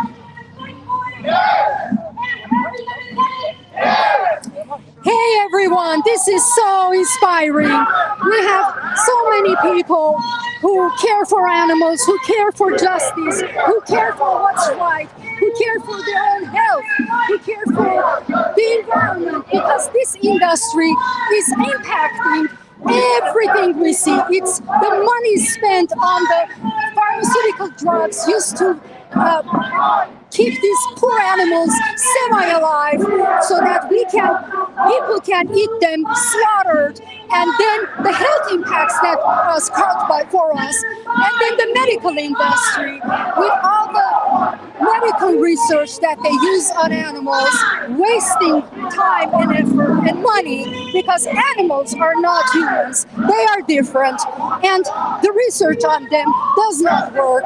However, this multifaceted industry, to justify the damage that animal culture, animal agriculture does to us, then has to resort to research, has to resort to all kinds of regulations that protect their interests. And all of these people, they care for so many of these matters. And it's wonderful to see that the word vegan has become a household word, which it did not happen about 30 years ago. When I first became an activist in the anti-vivisection movement, nobody knew about the word vegan. Now it's a household word. Everywhere, everybody knows about it. Some people might not have the means yet in their brains to stop eating animals. I believe everybody knows the damage, the horror in the factory farms and in the slaughterhouses. Everybody knows what it does to their health. And I believe it's just a matter of time that more and more people are going to change. They're going to become vegan, which is going to protect our own health, our precious, precious animals. Okay, Hurik is unable to talk right now. I guess she's overcome with emotion. But we'll keep filming if you're interested. I'll be silent for a moment. Let's just listen. Hurik, who you just heard from, had to stop talking because she started crying. She was just overcome with emotion. We are here in Dolores Park doing live team coverage, UnchainedTV. We've got reporters covering the march. There was a big rally here. We brought you the speeches, very emotional speeches. To me, I feel today like I am a part of history. Just like Hurik, I got involved in this movement. 40 years ago, I was a young person, a teenager, and I had heard about PETA, and I really didn't know much about it, but I really felt like, wow, I love animals. Why would anybody want to hurt them? And then, oh, wait, I'm hurting them if I eat them. And then I went vegan. And, you know, at the time, I've been vegan about 27 years. I'd walk into a restaurant. It was empty, a vegan restaurant. I knew the chef. I knew the maitre d'. Now I can't get a table. Now I just went to an incredible vegan, 5-star vegan restaurant in Marina del Rey called Planta Casina that is out of this world. And literally people are scrambling. Now the best restaurant in the world, 11 Madison Park, officially considered the best restaurant in the world, is vegan. So much has changed. And of course we want diet change. That is extremely important. But we also want institutional change, governments and corporations.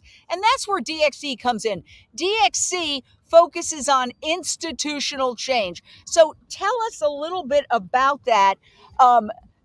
As a person who has been involved with DxE, Direct Action Everywhere, for a while, tell us about the institutional change and some of the live, you know, events that you've been a part of. So I've been, so here's one of the most powerful things that DxE does, is to expose the exploitations that happen inside of factory farms, these giant corporations behind closed doors, and then informing the public, the bigger community out there, that this is happening. People care inherently. They care about animals. They would not want to harm animals, even if they're pre-vegan, even if they're not vegan yet. They still would not want to harm animals. A great example of that is the recent case in Utah, where the in a rural part of Utah, where the members of the jury decided that the 2 rescuers were not guilty for taking sick and injured baby pigs, 2 piglets. And so that is huge. These people, some of them were hearing about animal rights for the first time in their lives. And so now you can, the Rose's Law, for example, we heard Zoe's incredibly powerful and moving speech. And if you go to roseslaw.com, you can read about what that is all about. That's creating institutional change. That's putting forth the animals' rights and out there, and also being able to protect them. We have the Sonoma County trial coming out in September, and that is something to keep an eye out on. More details will come. We don't have a lot of details to share, but this is literally about going to at events like this, animal liberation, hundreds and hundreds. Hi, Jane. So amazing. I guess this is much longer walk than I thought. It's almost like a race. We've been running as fast as we can, and super exciting. You want to say something? I'm a little out of breath. Yeah, you know, I also want to say that myself as a human being, I have the right to know that those that I care about, the precious animals, my planet, my home is safe from the greedy actions of big corporations, industries, that they do not care one iota about the planet, about human health, let alone about animals who are perceived as commodities in our world, in most parts of our world. So I, as a human being, I demand that they stop. I demand that my tax monies do not go to fund FDA-mandated animal research, bogus, useless animal research, or to fund animal agriculture, deforestation of our planet, which is the lungs of our earth. All the trees, they're being cut. Why? For animal agriculture. The pollution that it goes into the rivers, into the oceans, into the waters, from the phosphates and the nitrates, from all the animal ag. It is destroying our planet. And this is an animal rights issue, a human rights issue, an environmental issue, a health issue. It's all connected. And if people get this message that it's all connected, it's not us or the animals. It's not us, a dog versus a human being. It's not the cow versus my child's milk. It's not a chicken versus what I want to have for breakfast. There is no choice to be made, because what I eat, what we eat, what people eat is totally destroying our own bodies, our children's bodies. So there is no choice to be made. There's only one choice: for the world to go vegan, to save animals, to save the environment, to save ourselves. And that's the message I want to send today. That's an absolutely incredible message. And I have to say that there are terms that we have never even heard of until recently, like speciesism. Speciesism is basically akin to any kind of bigotry, where people feel that that suffering doesn't count, where it's human supremacy, where because humans have the might, they can decree that, oh, I can kill an animal to turn an animal into a purse. I can kill an animal to turn an animal into a hamburger. I can kill an animal to turn an animal into a fur coat. That is now a terminology, right? Yes. And it's called speciesism. Yep. Tell us about how the language is developing, Maryam, where we're starting to use these terms that might have been ridiculed, right, 10 years ago. Absolutely. But now people are taking it very seriously. Yes. Yeah. And I remember the first time I spoke of speciesism, people laughed, they couldn't pronounce it, and they were saying, oh, you know, there are bigger problems in the world, but isn't this the root of many other problems that humans are facing? And so if you're saying that the life of an animal is less than a life of, you know, a human or another type of animal, isn't that discrimination? And doesn't this feed all the other problems and other injustices? It's the same mindset, and now we're putting the spotlights on injustices that are happening against the animals. And so you could, as an example, many states allow, thank goodness, they allow you to break a window and take a dog out of a hot car. But if you do that to a baby cow out of a factory farm, or a baby pig out of a giant, you know, slaughterhouse, that is a crime. And why is that? We should put these questions on the table. We should be discussing this atrocity against the animals. It's not good for the animals. And let me tell you, it's not good for the humans either. It's the same mindset. Otherism. If you're just joining us, we are covering from Dolores Park, San Francisco. Marchers who left here, they are marching toward the Civic Center, is our understanding that they're going to end up there.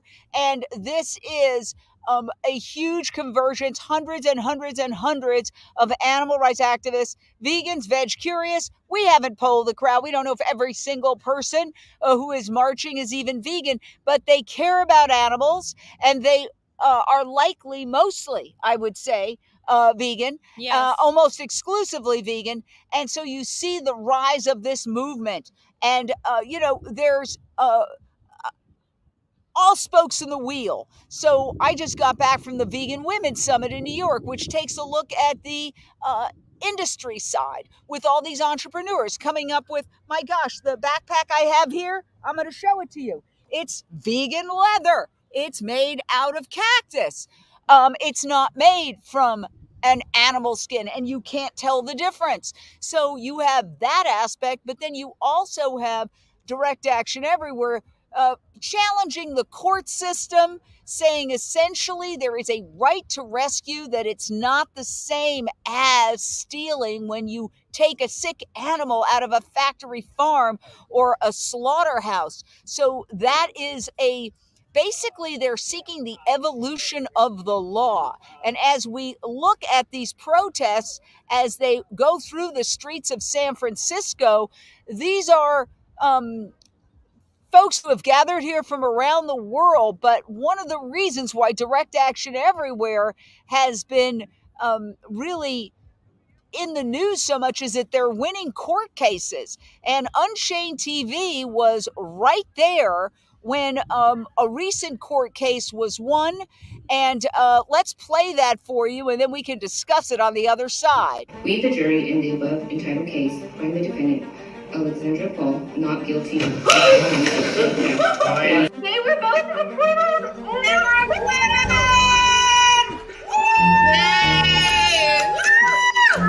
It's a 1-2 punch. The verdict came out. They found the defendants not guilty. Oh my God, and everyone knows. Oh my God, this is so amazing. Oh my God. These emotions are hard to verbalize, right? Like this is gonna go down long after we're all gone and dead.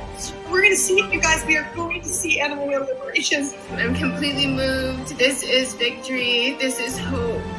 And if anybody from industry or government is watching right now, our message to you is you can no longer operate with abandon and get away with it.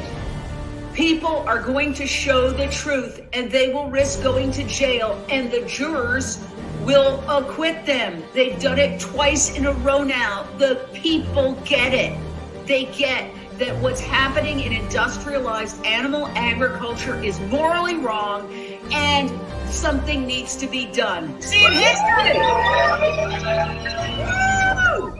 This should be a clarion call for animal abusing corporations everywhere. That if you are going to hurt animals, people will intervene and stop you, and they will be defended by our community and American citizens. So this democracy has been corrupted by corporate greed for far too long, and this is a statement in defense of not just these two women's right to rescue animals, but the right of every living being, human or non-human, to be protected from corporate abuse. And so this case stands for so much more than just these two chickens and these two individuals. And I'm so grateful to the jurors for making the right choice, the moral choice, and the choice that I think was required for them under law.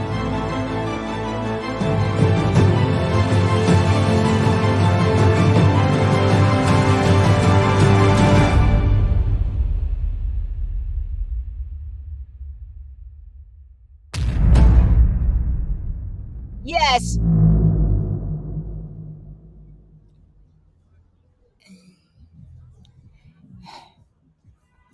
You can download UnchainedTV on your phone for free or watch it on your television via Amazon Fire Stick, your Roku device, or your Apple TV device.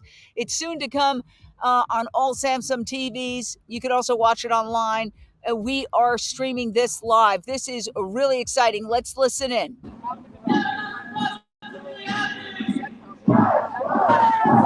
What do we want? What do we want? What do we want? What do we want?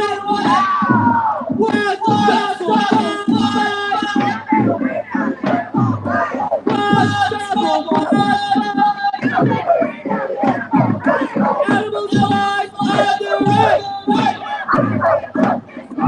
Animals' lives are the right. Don't lie, human life.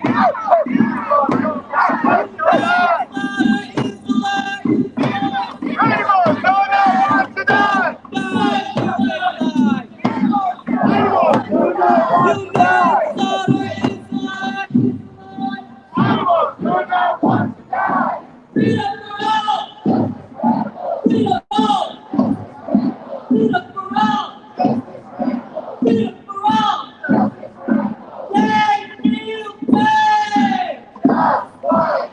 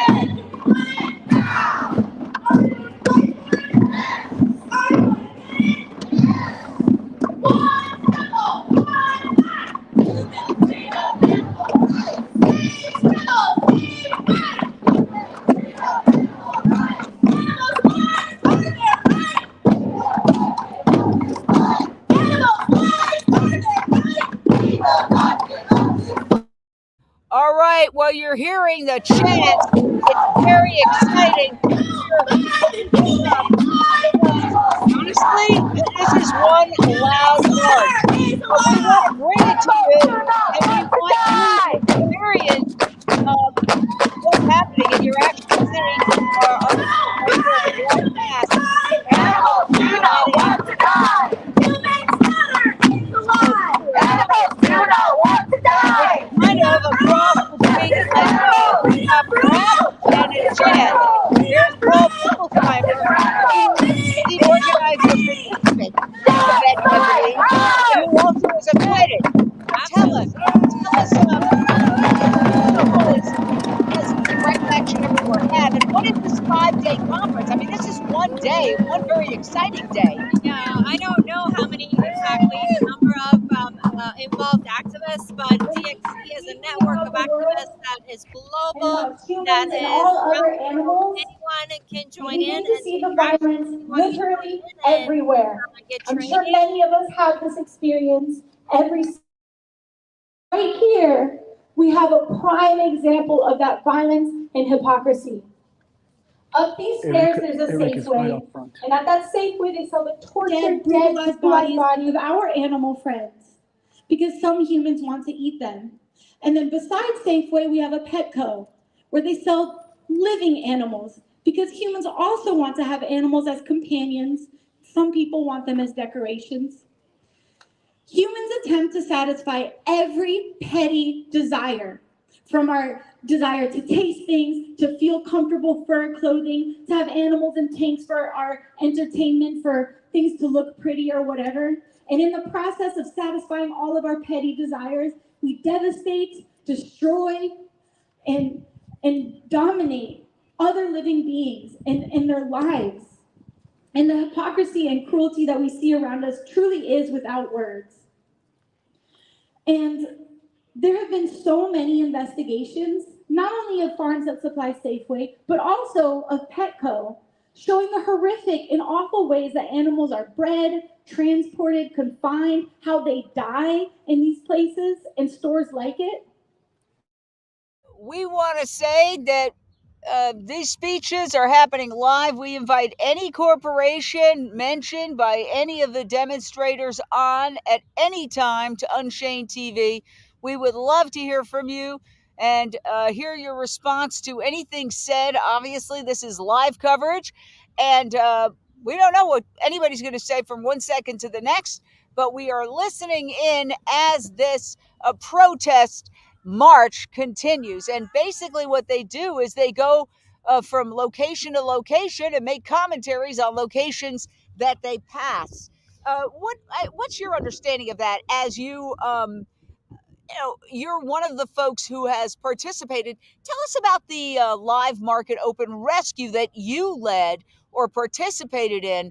And I actually covered it as a reporter. And I want to say something. There were news media at that live market demonstration because something like 37 people, there were a large number of people arrested, including Alexandra Paul, the Baywatch actress, her twin sister, Wayne Shung, a whole bunch of people.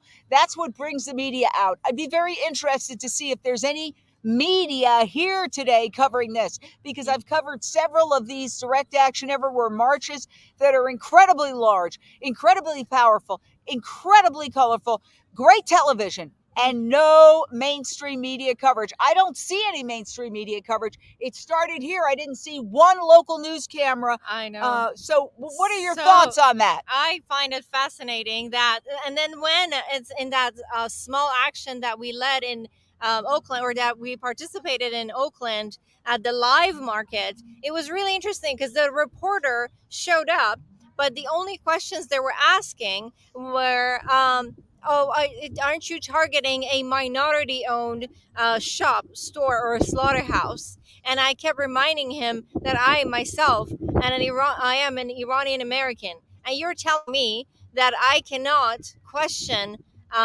people from my part of the world, that I can't ask them, I can't bring it up to their attention that what they're doing is animal cruelty.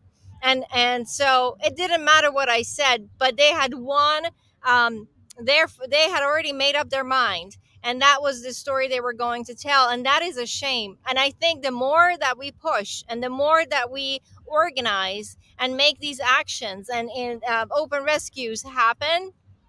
And but what I mean by open rescue is going into a place of business of where they exploit animals, you know, and taking animals out. Yeah, rescuing them, just like as you would when you find a dying dog inside of a hot car. Yes. And so, yeah. Exactly. And I mean, if you saw a dog in a hot car foaming at the mouth and sick and dying, you'd be hailed as a hero for breaking that window, even if that wasn't your car, and taking that dog. Yeah. And that's just the same concept of open rescue, except instead of a dog in a car, it's, for example, I can show you an example. It's a chicken in a slaughter truck, a slaughter-bound truck. Here are Alexandra Paul, the Baywatch actress, and her co-defendant Alicia Santurio rescuing 2 chickens. And, you know, they were arrested, they were charged with theft, they were put on trial, and they were acquitted. They made a very powerful argument that they had tried to inform the authorities that they felt that what was happening was wrong, that there were sick animals, that animals were not being treated properly, and the authorities ignored them. And so what they did was they brought a veterinarian in who determined that these animals, these 2 chickens, were sick and that they had pretty serious illnesses. That's open rescue. They don't hide their face.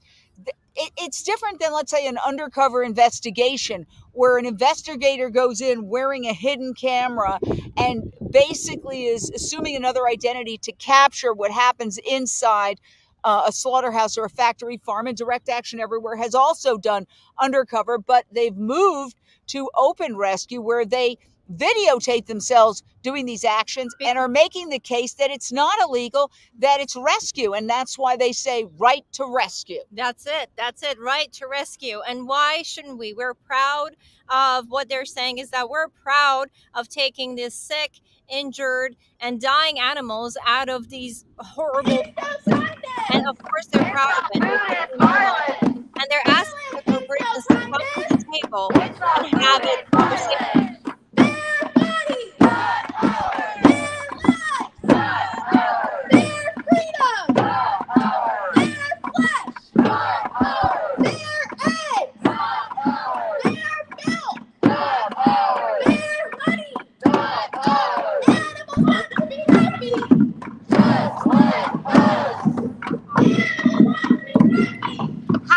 Michelle, you're up. Hi. So tell me, Michelle.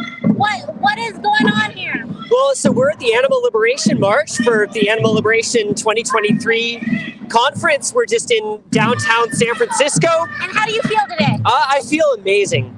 It's always really empowering to be with large groups of other people who, you know, feel the same way that you do. And it's so much fun just to be able to say the things that we believe, like animal liberation now, you know, it's not food, it's violence. Yes.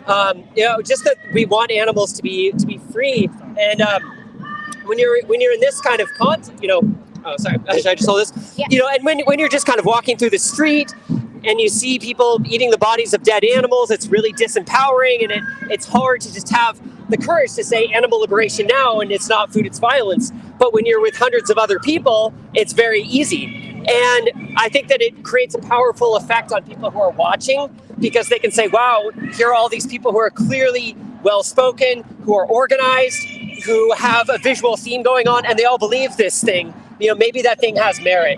And what is your message to those people who have no idea what's going on here? Well, my message is to join the animal rights movement. It's Go ahead. You know, it's a movement for optimism. You know, there's so much to feel uneasy about, especially with climate change. You know, with the possibility of war, and you know, with Russia, and that's just, you know, so far removed from what people want. And you know, being part of this movement is about peace and love for all beings, for all humans, animals, and the environment. Thank you so much, John. This Thank is you, an amazing Michelle. day. Thousands of people gathered here today. It really is amazing. So we're going to go ahead and catch up to the rest of the crowd. Okay, well, so good to talk to you. Thanks for being here. Yes, come on, let's go. Where are we marching to? Where are we marching to? To be honest, I'm not sure. I think we're doing a loop around Costco, maybe. Okay. So, yeah. So let's go. We're going to Let's go do and it. catch up with everybody. Thank you, John. This is Well amazing. done. Thank Great you. Okay. We're going to go catch up to everybody right now. Look at this. Here we go. We're back in the game. Yes, we are. We are back in the middle of the crowds. We're catching up to thousands of people now marching through the streets of San Francisco. It really is an amazing thing to see and to feel. I feel the hearts of everybody, compassion for the animals, everyone in unison. And there you go. We have the police behind us. We have a whole crew that is making sure that we are safe and walking through the streets. So everyone is here. It's peaceful. We're making a strong message. And what's so great is that everybody is here together, marching with the same purpose: animal liberation, animal welfare, animal rights. This is one of the biggest marches in the 21st century. And we have Kitty here. Let me catch up to her. They're giving away free vegan burritos. Hi, Kitty. Oh boy. How are you? Hi, I'm great. Can you hear me? Yes. Okay, cool. Tell me, what is going on? What are you doing with these amazing burritos here? These are burritos that we got for people at the march so that they can have food in their tummy. And we're at the Animal Liberation March, which after 8 months of planning is finally happening. And thank you, Navi. And we just stopped in front of a Petco because we're against the breeding and selling of animals as if they're commodities and objects. And activists went inside and openly rescued some of the animals. They came out with baby mice and some betta fish, which otherwise would have probably been eaten alive by a predator because people buy them and feed them to other animals. And I just wanted to say Petco is invited to come along and speak and give their opinion as well. Yeah, we'd love to talk to Petco. Organizations we talk about. Yeah. But what does it feel like to be here today? It's really beautiful because this march is a part of a much longer conference, and like not that often do you get together with so many activists who care deeply about the world, who are out here fighting for a better world and literally rescuing animals to make that reality happen. And there are hundreds of people from around the world. I talked to people from Dubai, from Germany, from like across the United States. Now, tell me, have you been to this conference before? Yeah, I've been to every animal liberation conference we've had. I don't know how many we've had though, my memory's pretty blurry, but I feel like we started in like 2015 with the animal liberation conferences. What is your message to people who've never been here before? Oh, they should come. We do it pretty much every year. This is my first year organizing the entire thing. It's an amazing event to organize. And that's what we want to say. This is a mostly women-led youth direct action everywhere. Absolutely. And it's so amazing. The youth is really, really taking charge of our future and hopefully saving it one day. Yeah. Look at that. It's just phenomenal. And there's a banner up there too. And look at the banner on top of the freeway. Let me see if I can get a good shot of it. There you go. That's on top of the freeway. Let me stop here for a second. Yeah, activists up there hung it during the protests. Look at that. I mean, come on. Amazing. Oh, here we're gonna keep going. The police are very close to us. I'm telling you, live TV coverage here. Everybody around the world coming together to rejoice in animal liberation. We're going under the bridge now. Hundreds of people. This is so exciting, don't you think? Our next stop is Costco. Wow. Okay. So get ready for They're invited to come by anytime. So what we're doing is we're stopping in front of individual places, and then they talk about it and they motivate the crowd. Everyone is exhilarated to be here. We have signs, we have banners, we have flags up. Everyone's wearing the beautiful t-shirts. A better world is possible. Animal liberation. Animal people Bill of Rights. Look at that. It's a sea of people. It's just truly a beautiful sight to see. Let me just say that this is my first time at the ALC, and it's phenomenal. It really is.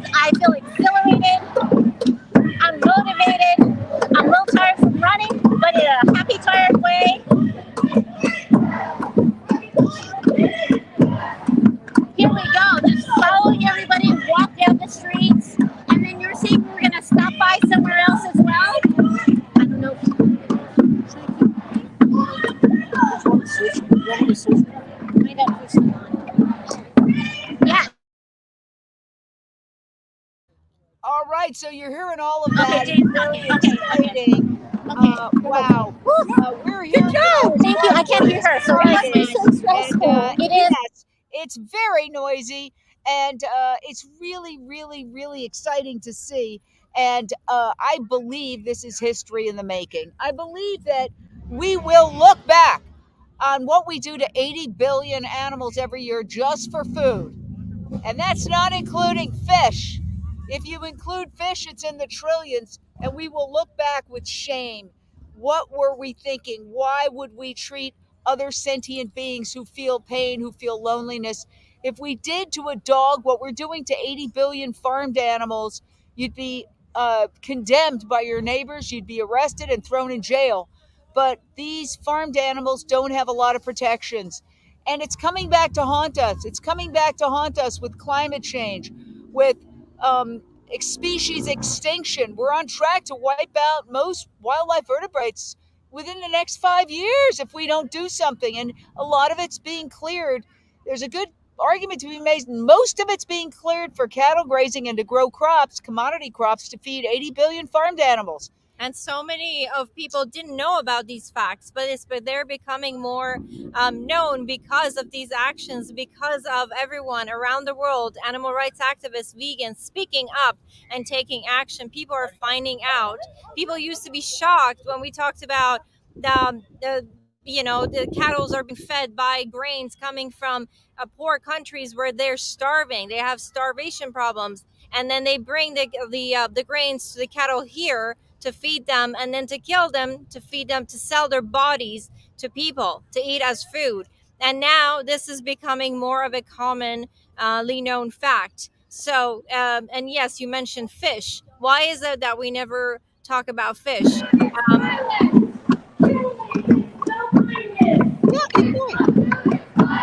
No, we know so many studies have been done. There's so much scientific proof that fish still pay as good a dog, a cow, a pig, a human. And so maybe we need to run ahead and watch them Yes, 80 billion animals. It's very noisy here. We're powering through because those animals, imagine the lives they live, having mid-gestation rates, unable to move, the size of their bodies that they can turn around. Tina's loving this. We're seeing a lot of people are going back. And by the way, they're headed over to Costco. There's Elvira Tanner, who's the lead organizer. She is the lead. She is the leader at the 2020 that was co-founded by William Trump, the former constitutional law professor, who has really pushed the idea over the last year. And he's been featured in the New York Times quite a few times. He really go to jail for decades to get an article in the New York Times about this. Well, hey, all the power to him. Look at some of the footage that he took that was taken when he went into big factory farms where these animals are kept in crates the size of their bodies, unable to turn around. That is just awful, awful, awful. So I do invite any company mentioned by anybody doing this live video. We would love to play along with you. So know that putting on this live and have no control over what happens, what anyone does, any corporation mentioned, any individual mentioned, or write it on any time. Let people walk past love to dialogue. Let them walk past You can see how organized this is. You can see how absolutely it's almost like a little army, except I don't like to use the word army because the entire mantra of this movement is non-violence. Motivated to kind, loving chance. This is so inviting, so approachable, and we're making corporations to come and have a conversation about what they're doing. Animals, there are better ways to make money, and so looking for the crowd, and I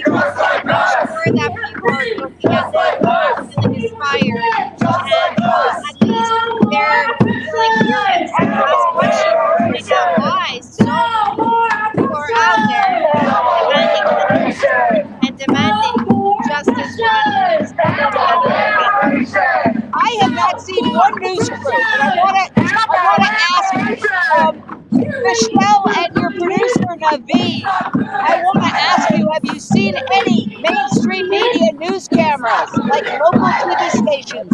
I know Michelle is local TV news as a producer. You know how to spot them.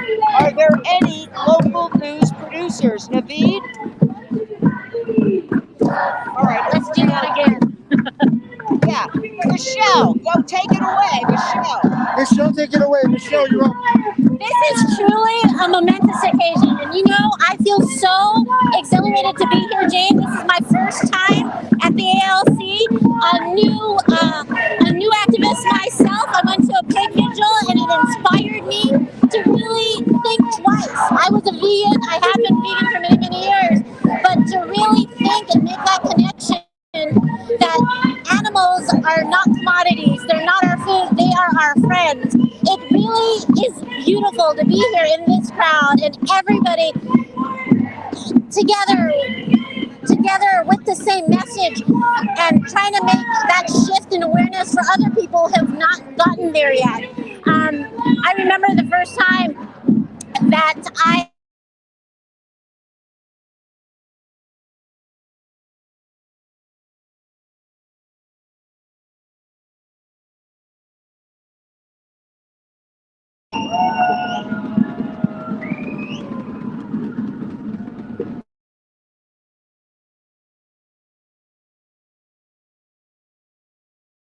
All right, we're trying to get to Lindsey, but she's bringing us some pretty good footage. And you know, I want to tell you that this is actually a first for television streaming. Usually it takes a ginormous crew with a mast that goes up 40, 50 feet. We're doing this with some new technology, and we're working through the kinks, but I think it's been pretty successful so far, being able to bring you everything that is happening here. So let me go back to Michelle. Michelle, take it away. Michelle, you're up. Okay, so now we stopped in the middle, and they're doing a drum circle behind me. Here you go. So this is what we're doing periodically. We'll walk, they'll stop, and then they'll readjust, and then talk and inspire. It really is just phenomenal to be around this energy and the people. Look behind me, hundreds and hundreds of people here with the same message, joining together from all over the world. I interviewed so many people earlier from Dubai, from Germany, from Florida, South Dakota, South Africa. I mean, where can you find something like this? It's one of the biggest movements. He's talking right now, so I'm trying not to talk over him. But where are you going to find one of the biggest movements of the 21st century, I tell you? Look at that. All of these people motivated. And what is the message? The message is awareness. And that is what we're hoping to get to people here. And it's peaceful and people are coming together. Look at this. Okay, now we're partying. Let's see what's happening right now. All right, we're going to go over here and we're gonna move our flags in unison with Antonella, who's going to be on a ladder down that way a little bit. So yeah, let's form a nice line. If you know the dance routine, get on this side of the speakers, please. And then so let's move that way. Yeah. All right, let's see what happens here. They're going to do a put dance your hands up and wave your placards a little bit. So yeah, see the people with the hands up? Those are the dance knowers. They're going to get in a group here. If you don't know the dance, get on this side with these awesome people.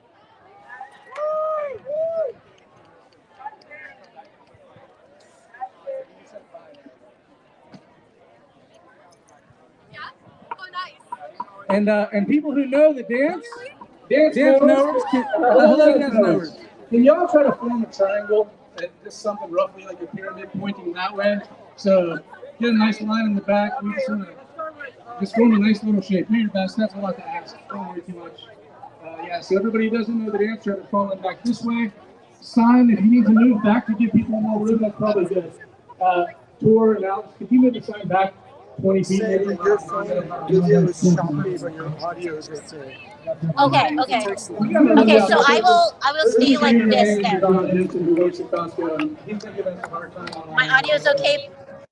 He shows up. Don't pay attention to him. It's Lewis in the Kashmir School. Are you live? Sure. Yes, it's a We're about to. Why are you pulling me? There's nowhere to turn around. I didn't want to come Everybody with Paul. face where we came from. So there's nowhere to turn around, and Monica and the other side. All right, get ready.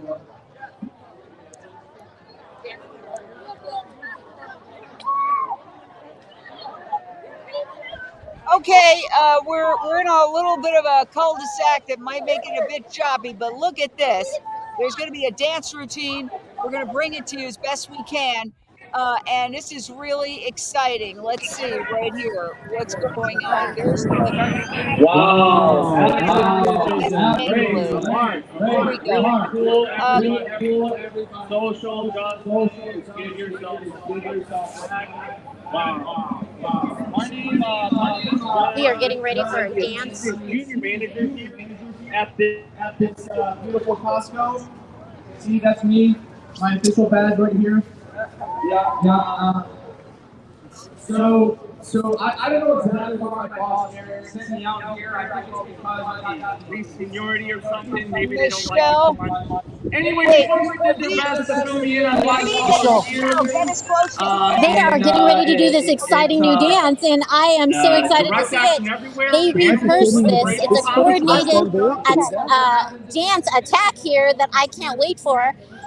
It's a mysterious kind of surprise that we've all been waiting for. This is what I'm saying about DxE. They are so organized and so put together that everyone had rehearsed to put this dance together. They're talking right now. Here, let me give you a little view of what's going on. Telling the truth is not allowed. Ban, cancel, Pastor and Kanye, okay? Out of here. I understand that all of you have some concerns about our business practices, and I want you to take a moment to talk about them. Hi Jane, not sure you can hear me, but they are making some announcements. It looks like something's going to be happening here. I see two people with costumes, and we're waiting to see what's going to happen. I can't remember the last. You know what? It doesn't matter because we actually removed them from our website. And if you try to click the link, it actually goes to a blank PDF. Yes, a white screen. Pretty awesome. And maybe it was because of groups like you all that were investigating our facilities and our suppliers. All right. I'm not sure. But again, what we're talking about here is, a pretty interesting thing. They're going through the streets, and let's face it, they do target corporations, and we invite any of the corporations mentioned on at any time. We would love to dialogue with them. We'd love to hear their side of the story. But essentially what they're doing is they're making their way through the streets of San Francisco in this incredibly organized manner with drums and dancers and megaphones and marchers and all sorts of things. And then they're going to stop in front of a private company of big names, the names that we all know, the biggest stores in America, and then they air their grievances, essentially. Yes. And this is a different kind of protest, direct action everywhere, kind of reinvented protesting, you might say, right? Yes, yeah. We use, or I should say, DxE uses beautiful visuals to grab attention, beautiful, kind, loving messages to so that more and more people will hear the message, and then sincerely asking the corporations to come to the table to answer the questions. They, it's people being able to show up in front of their stores, inside their stores, and asking them to please come out and answer our questions. Please respond to our correspondence. Please stop exploiting animals. And so this is a beautiful way to get attention, to elevate the animals' voices, and to be the voice for them, because they're hidden behind closed doors. The public doesn't see what's going on. Sometimes DxE brings footage from inside of slaughterhouses, factory farms, and they display exactly what is going on. This is what they see on the shelves in that store. This is where that product, quote unquote product, came from. That body, the flesh that they purchase, people innocently, they think based on the corporation's description of their quote unquote farms, people imagine green fields, happy animals, frolicking, playing, and having their families You next have to have a them. permit for And that could not be farther from the truth. So it is so important for the public who puts their money inside, pays these corporations and buys their products, for the public to first be aware of what is going on, the lies that they're being told, and then that they actually do have the right to go question. They can join us. They can ask the same questions.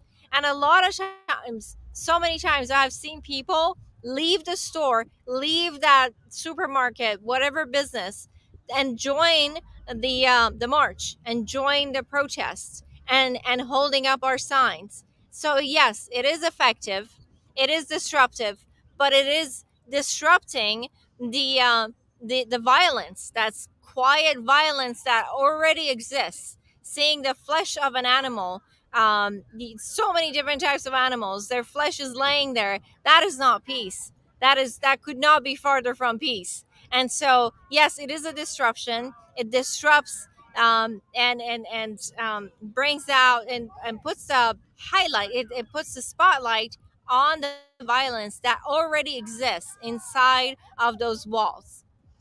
And again, any company is mentioned or they stop by, we'd love to have you on. That dialoguing with companies and people in government is really what's really, really important to move this forward.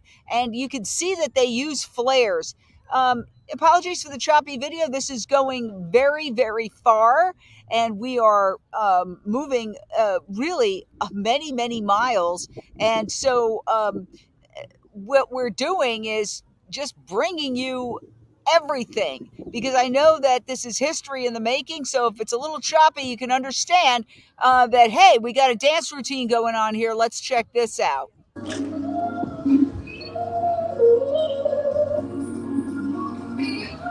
Jane, check this out. Folks, check this out.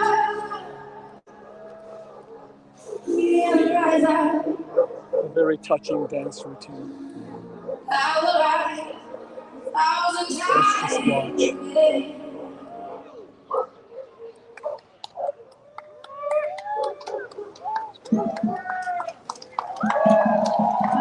Absolutely beautiful. Really amazing dancers, very touching. So I think they're gonna continue running and walking. So we're gonna try to run ahead. Right now we're in the middle of it. So we're gonna speed up a little bit. I feel like we did it pretty good.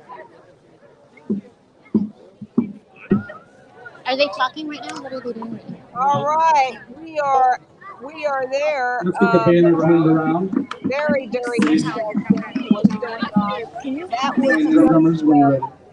basically, Okay, we're gonna get back in the street and continue.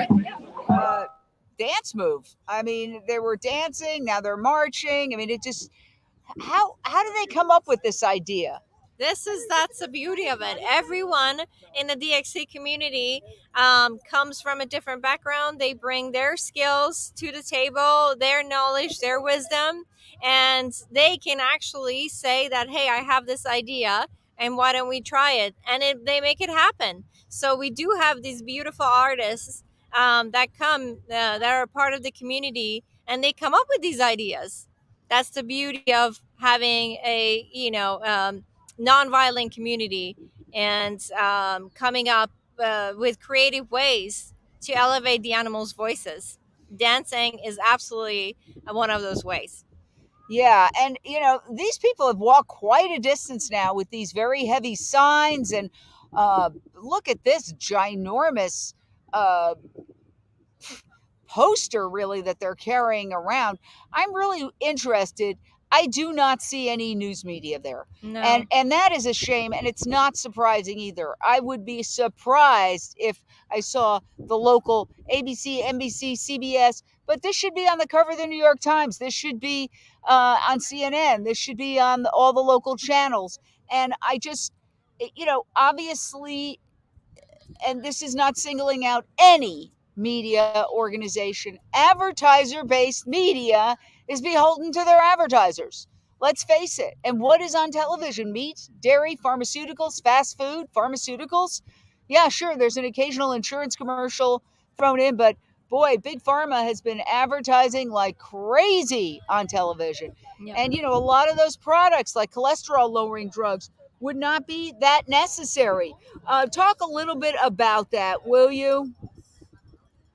Absolutely. Yes, it's interesting that there are all these commercials of fast food, all these magical ways of getting healthier or addressing a health problem where, and I'm not saying going vegan or stopping eating animals is going to fix all the problems, but it is absolutely true that if people ate healthier and if they stopped eating animals, most of those health issues would go away. And now you can see why a major news media would not stop receiving those big dollars from pharmaceuticals and other large corporations to promote an action like this or healthy eating. I'm curious if any of the producers, Hurik or Naveed, Hurik, have you seen any sign of mainstream news media? Have you seen any sign, and you can answer that on camera if you would? Yeah, Jane, I have not. I have not seen a single mainstream media, which, as you said, is not surprising. Unfortunately, the vested interest, the amount of money that's involved, as we talked about, encompasses everything from the petrochemical to the pharmaceutical to the medical research to the ag industries, and basically the media is in their pockets. Thanks to you and your organization, Unchained TV, we are able to live stream this on many of the social media channels. Without that, it would be very difficult to get any coverage of this. So yeah, I'm not surprised. It's been the same for the last 30 years, in my opinion, in my experience. And they just do not. I think the media, the vested interests, realize how strong our message is, how important it is, and how there's such truth behind it, that their solution is to not allow people. Their solution is to not allow the public to see that. And frankly, I believe that the public, sorry, so much noise here. The public is tired of being lied to. The public wants to know the truth. They have the right to know the truth. They have the right to know where their monies go. And the media, who's in the pockets of the industry, is not showing up, despite what people want. I mean, this is a really incredible protest. This is colorful. Well said, Hurik. Jane, I really cannot say anything more than that. I'm honestly very out of breath. So hopefully somebody else can fill the air. Okay, so we're using your video and we are talking about the fact that this is a very colorful protest. You can't say, well, it was boring. Oh, no, this is about as exciting a protest and a march as you're ever going to get. And yet it's completely ignored. And it's not just this year. I've attended numerous ones of these, and I've never seen a local news camera. But, you have to get arrested. A lot of people get arrested. And then they say, oh, they're breaking the law. So they're kind of putting people who care about animals in a no-win situation, Maryam. Yes, and here actually I want people to feel empowered to share these messages. The news media, the major news outlets aren't covering them, but we can. And when they cover these stories, they put their own spin on it. They won't they don't give the exact picture that what exactly happened. They won't tell the public that. So why don't we share these links? Why don't we share these stories? Why don't we show up? There are things that we can do. We don't have deep pockets, but we have a voice and we can speak up and we can spread these messages far and wide. So yes, there is a way to go about it. And eventually, they can't ignore them because more and more people are finding out about them. They're going to have to cover at least some of these events. Yeah, well, they try to wait till people are arrested, and even then, sometimes you can't get coverage. The action that you were involved in at a live market, I believe it was in Oakland, Yes. Several years ago, before the pandemic, there were dozens of people who were arrested. Yeah. And then the media covered it, and their slant was that, oh, are we discriminating against a minority-owned business?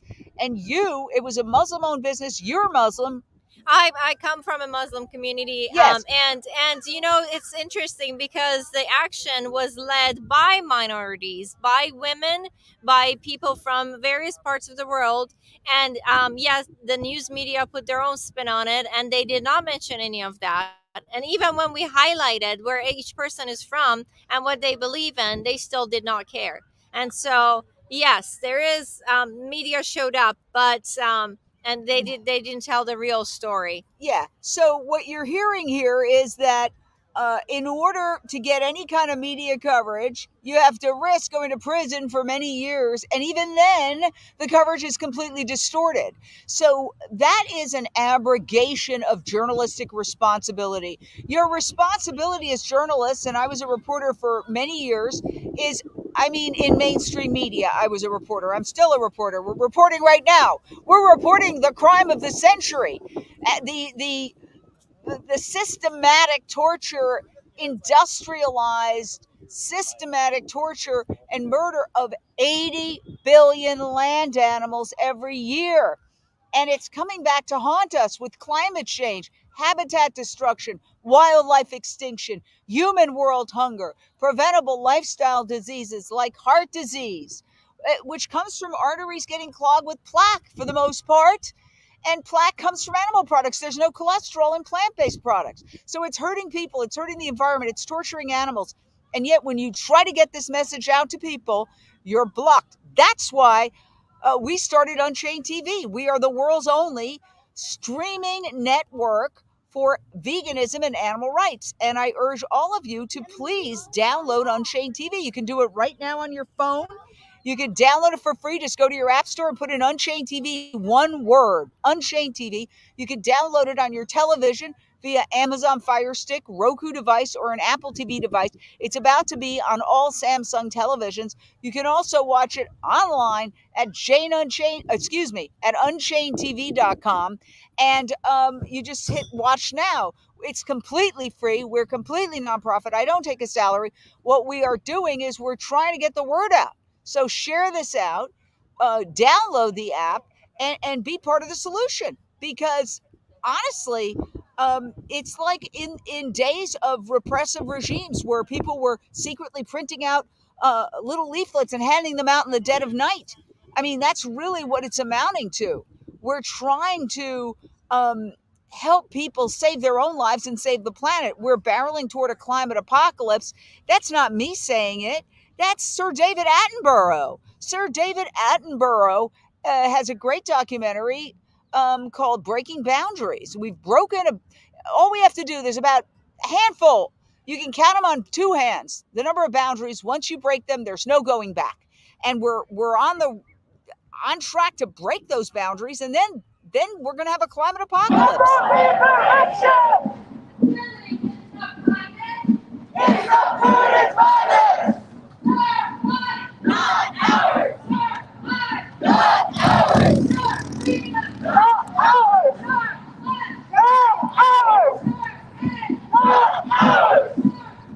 Not ours! Not ours! Not ours! Just like us! Declaration! Now! Declaration! Yes!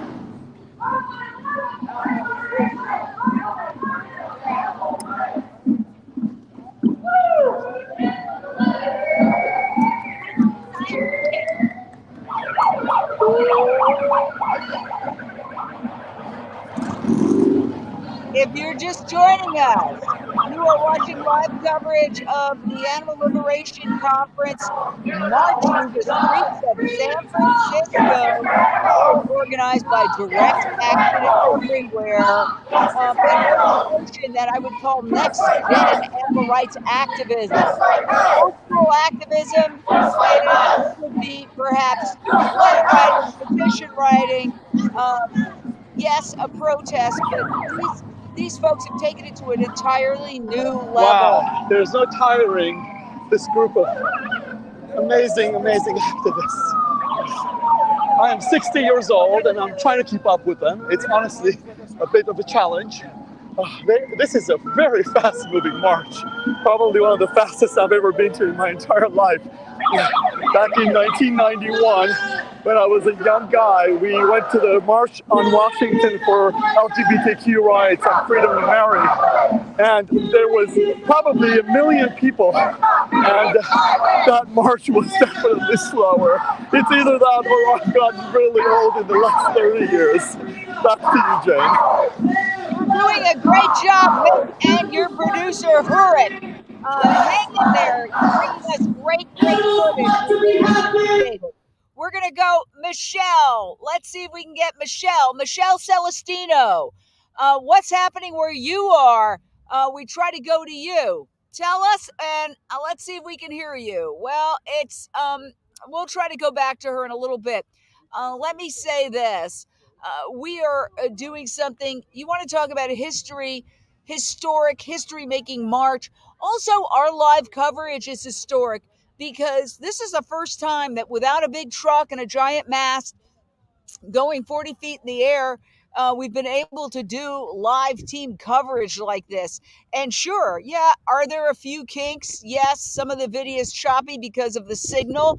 But overall, man, you are witnessing this protest that is going through the streets of San Francisco, and you are feeling, I would hope, like you are there because you are seeing it. You are getting a bird's eye view of this massive march through the streets of San Francisco. And we hope to do more live coverage of this nature to fill in what is being ignored by mainstream media. They have abrogated their responsibility. All of these local stations in San Francisco, by ignoring this protest, which is so massive, they are basically saying they're in the pocket of Big Ag.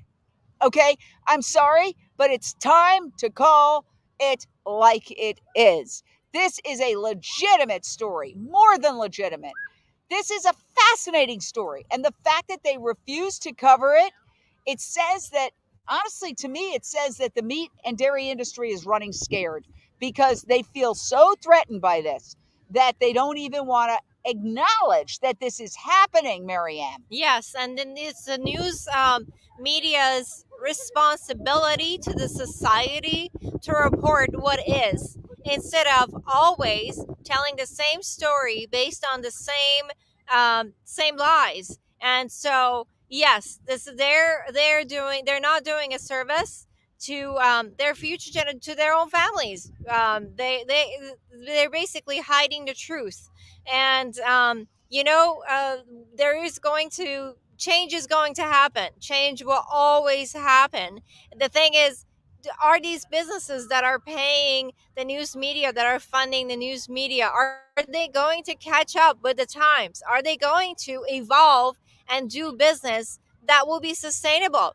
Are they going to change their business model? We're not saying stop making money. We're not saying stop feeding your families. That is not what we're asking. We're saying please evolve. The environmental destructions as a result of what they're doing is undeniable.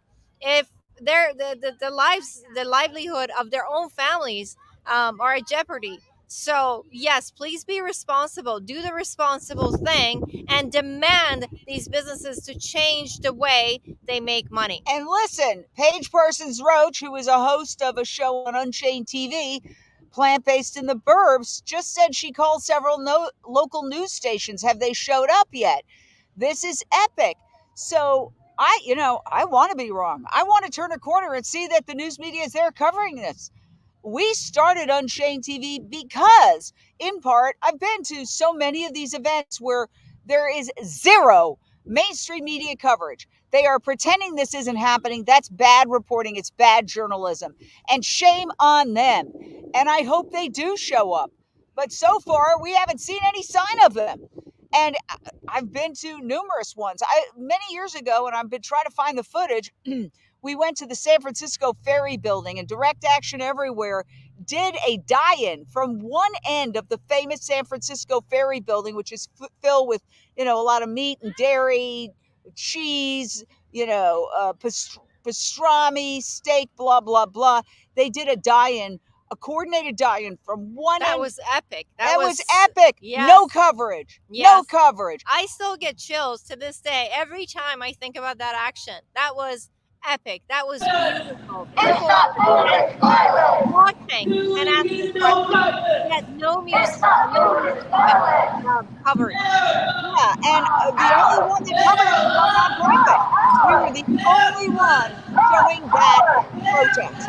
So, what we're saying is, together we can do an end run around the mainstream news media. Or blackout on animal rights.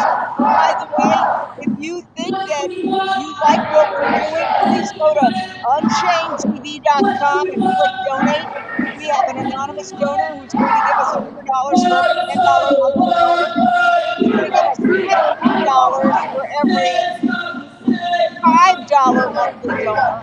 So please, if you like what we're doing, go to UnchainedTV.com, UnchainedTV.com, and donate, become a monthly donor, and be part of our team.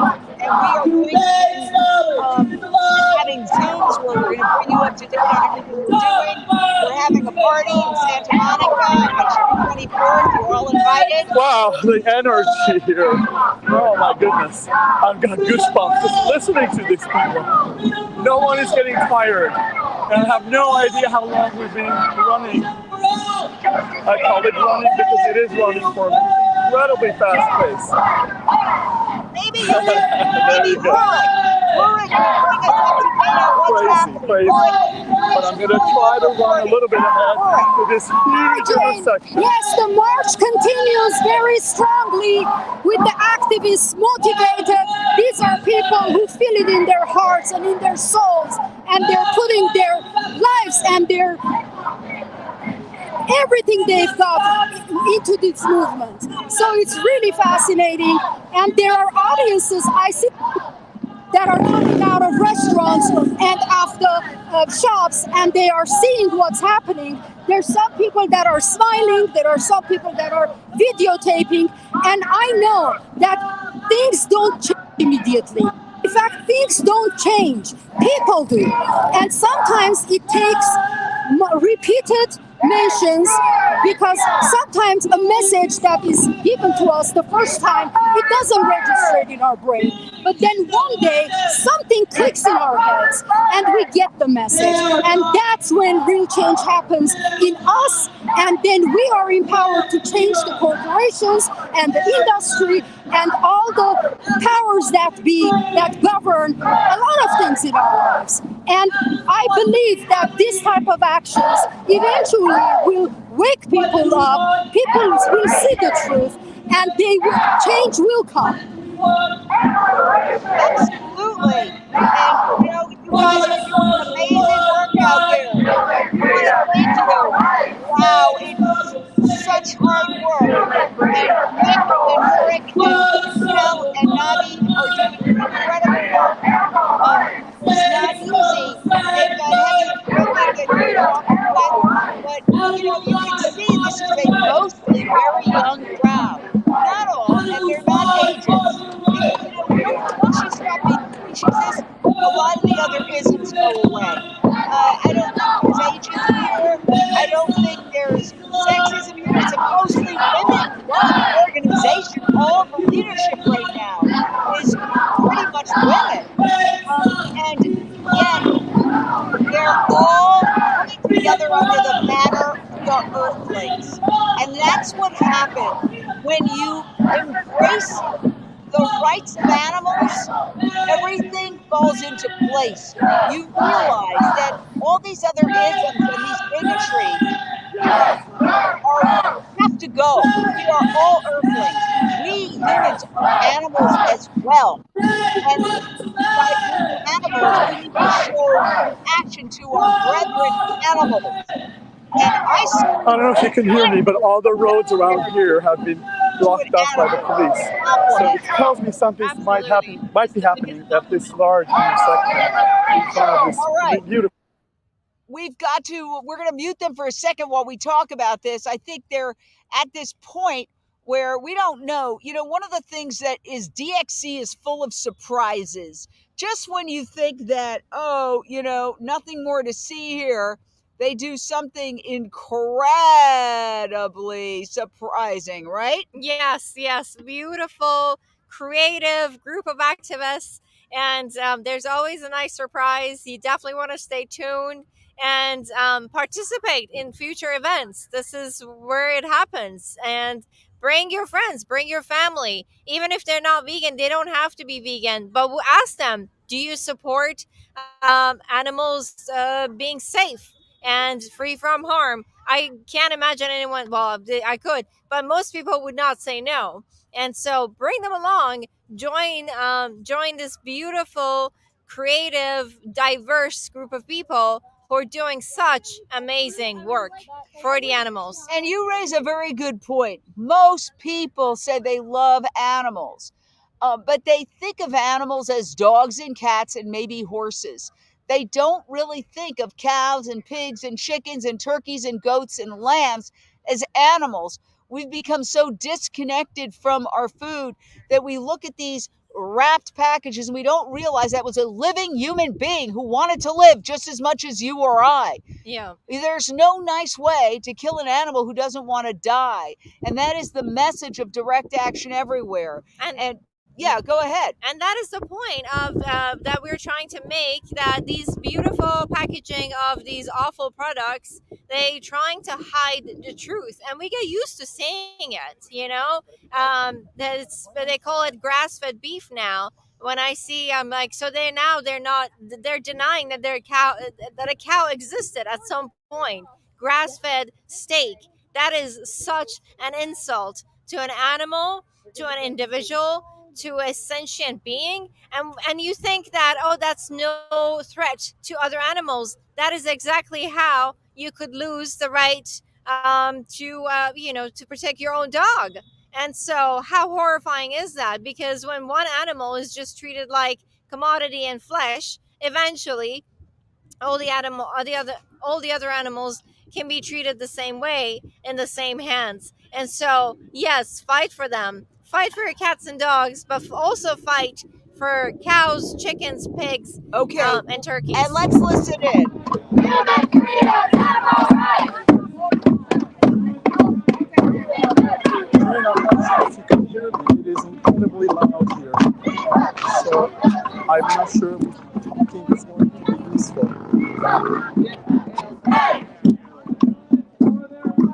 Well, we are in front of some buildings in a square, and I'm familiar with the city. We're Asian Museum, and I think this is a gathering spot right now. And like you said, what else?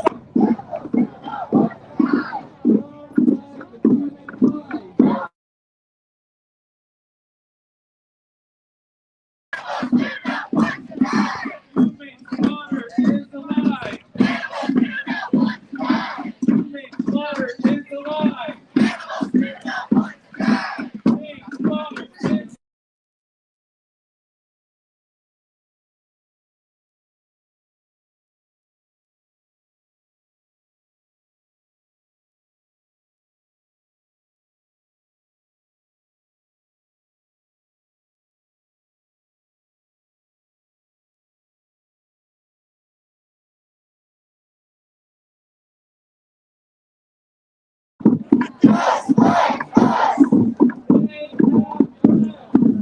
Just like us. Just like us.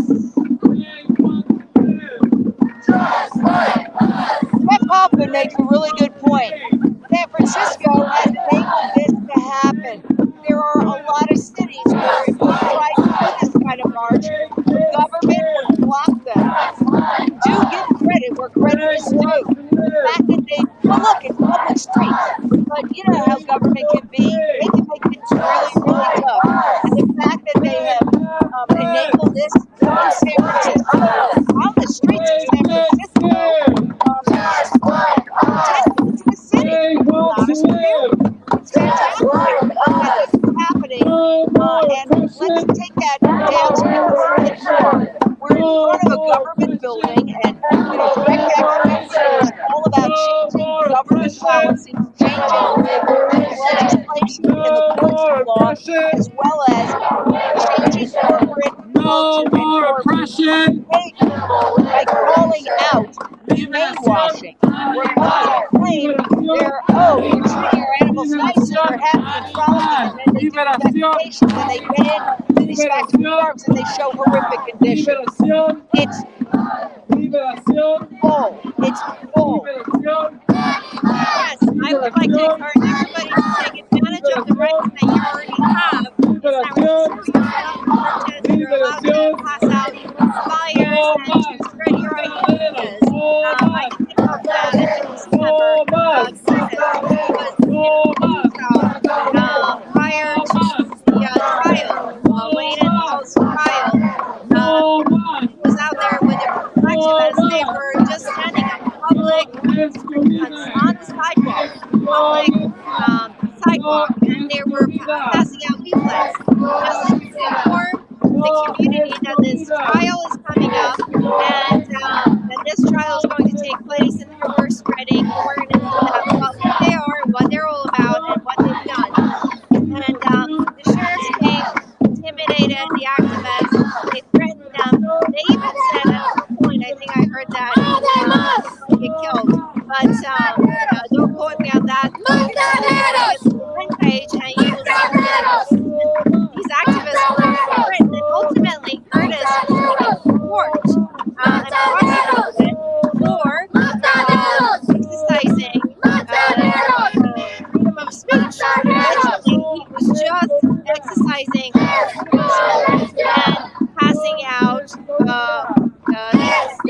candidates prosecuted. So do not take for granted the rights that you have. Speak up, use them, or honestly, use them. Just like that. I'm going to give you this, and then you shoot me. All right, let's go after Michelle Celestino. Oh, yeah. Okay. No. Skip it. No. Here. Michelle, you're on. Okay, shoot me. Hey, we are here in San Francisco. And let me just tell you, it's been miles and miles walking through the streets of San Francisco. But it's so exhilarating because everybody's here for animal rights and the vegan movement. It's a little hard to hear you. Maybe go closer. It's one of the biggest movements of the 21st century. And as you can see, I mean, if you can't it's everybody gathering here. We stopped here together.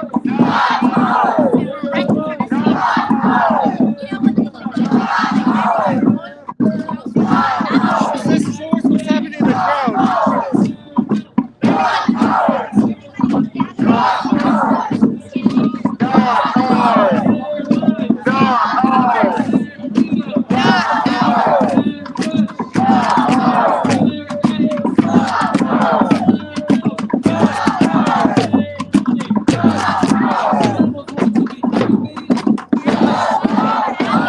Just like us is what they're saying.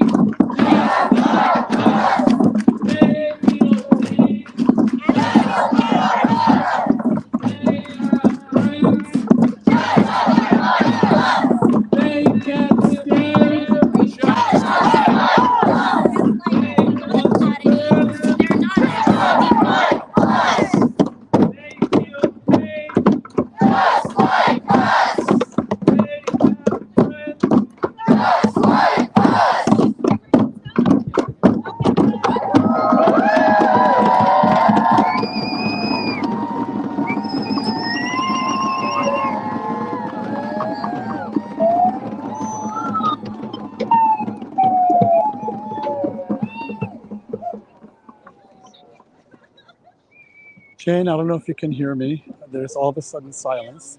I'm not sure what that's about, but It's been a long there we march. go. I'm tired. You may be too. Feel free to allow any half-closed eyes to shut. All I ask is that you listen to a lapse in the horizon line of change, and that with every breath you take, feel those that have lost such a privilege. On days of pain, I often find myself here, standing at the focal point of many lucky to stand at all. And let me say first that I love you all deeply. Well, the fight we fight is one that must be fought whether alone or together. Such a rich, loving community, chock full of some of the most selfless individuals I've chanced upon, is the reason I stand here, is the reason I can stand, and may very well be the reason I live.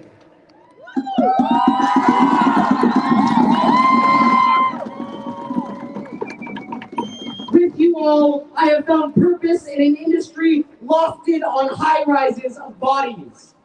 With you all, I have found beauty in the weeds glued in corpses, skinned of their dignity, desires, lives. And with you all, I learned to hear suffering not as means to hate my fellow human, but as a reason to love us all the more. For together, suffering sprouts wings. Together, death sails mightily towards the winds of resistance. I ask you all to look at the sky. As I write this speech, I don't know what it may look like. But as I write this speech, and as I speak it, magnitudes more than the number standing before me have lost their lives. And those millions, most have not once seen the sky. To us, it is beautiful. But without them, without their beings locked on the lungs of our world, watching the symbols etched in each passing cloud, feeling the sun kiss in weary-boned wings, touching each raindrop as if it's cascade, with blood returning flush to our flesh. Without them, the sky is bare. You know, many animals are deeply ritualistic, humans included. I do not wish to come off as human-centric as I detail the art of lives we are so deeply missing. The truth is, I can't know the pain of non-humans. I have been pained, I have met the brink of death, but I cannot speculate as to how fast or how longingly a mother's heart must beat as their child plucked from the cord of that heart and forced only to produce a lone final note that sounds desperation in their end. I have not stepped foot on those junkyards hidden in the underbellies of factory farms. I have not seen thousands of last breaths exhumed from their smoke shacks, nor have my young cheeks felt the air heat with the ash of their once existence. But the earth has, the sky too, as their bodies, whether as fecal matter or castaways, reinterpret an existence never held to the beat of their breasts. For only in death are these lives freed to the earth. And these lives, they're not gone. Like the earth, us activists reinterpret the cycle of death industry's birth. As a result, I sometimes think of the animal rights movement as a large-scale funeral. For years I languished, hated, wholly hopeless, but this movement is not one of such hate. This movement is of love, a love so powerful that each of my throats echoes, passing on a memento of voice for lives not listened to. A love so powerful every instinct and fear and emotion that dogs the conscious. Our passion will not yield in death. Instead, it knows it must sing further, louder, until it circles the earth and back, until all ears can hear, even those I hope to speak for, even those closed off in the thick air of greed, barring voice from reaching you. You see, as we march, I hear a stampede, the threads of a movement at our heels. I hear your forelegs shoot up, your hind thrash the ever more arid ground beneath to run to the sky. I hear the trillions trekking these streets we walk. I hear birds whose far-reaching call was heard first by those who took you, and now by those who fight to free you. When I say you, I mean you, the second-person ear that may stand tall before me, as well as the you floating in the air my voice sings from, the fresh air you once could never breathe, but the air that now, with every breath, returns to you life. But so too do I mean us, the collective us that would do anything for you. For we hear you saunter, we hear you play, we hear wind brush by your long-grown hair, the cherry-lit fields rich with your kind. We hear your tongues treat young ones, and we hear the warmth of the world's children that they feel in your love. Though in many ways you have died, you live on through us. Though in many ways, too, this is a funeral, it is also a celebration of radical imagination, an image of the life you could live through our collective action. This movement, this action, I believe, is a ritual. This march to, in funerals, we celebrate the lives lived. And though these lives were modes of subjection, a subjection that takes lifetimes of hate in the skin pricks, itching to feel sky with their frames, there is something to celebrate in each of them. Each life lived and each life not is a life loved in our gathering. And though the brutality is senseless, though it is death nailed down for death's stake, we feel you in the world around us and in each other. We feel your pain in our own human way, and we feel a rise in our chests, rise against that which bars you from rising beside us. Through us, you rise. And until you meet us face to face, until the world sees us as equals, we will rally for your arrival. So let us sing until victory. Let us fight and let us march. Though it's been a long march, the march to liberation is longer and harder.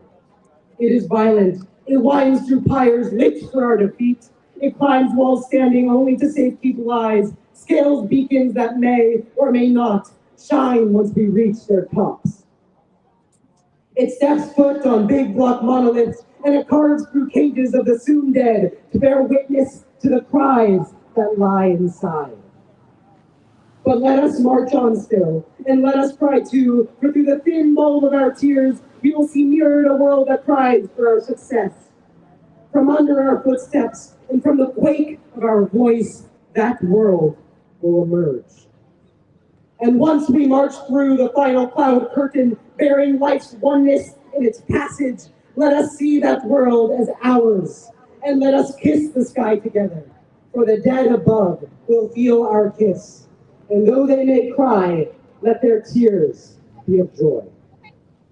Thank you.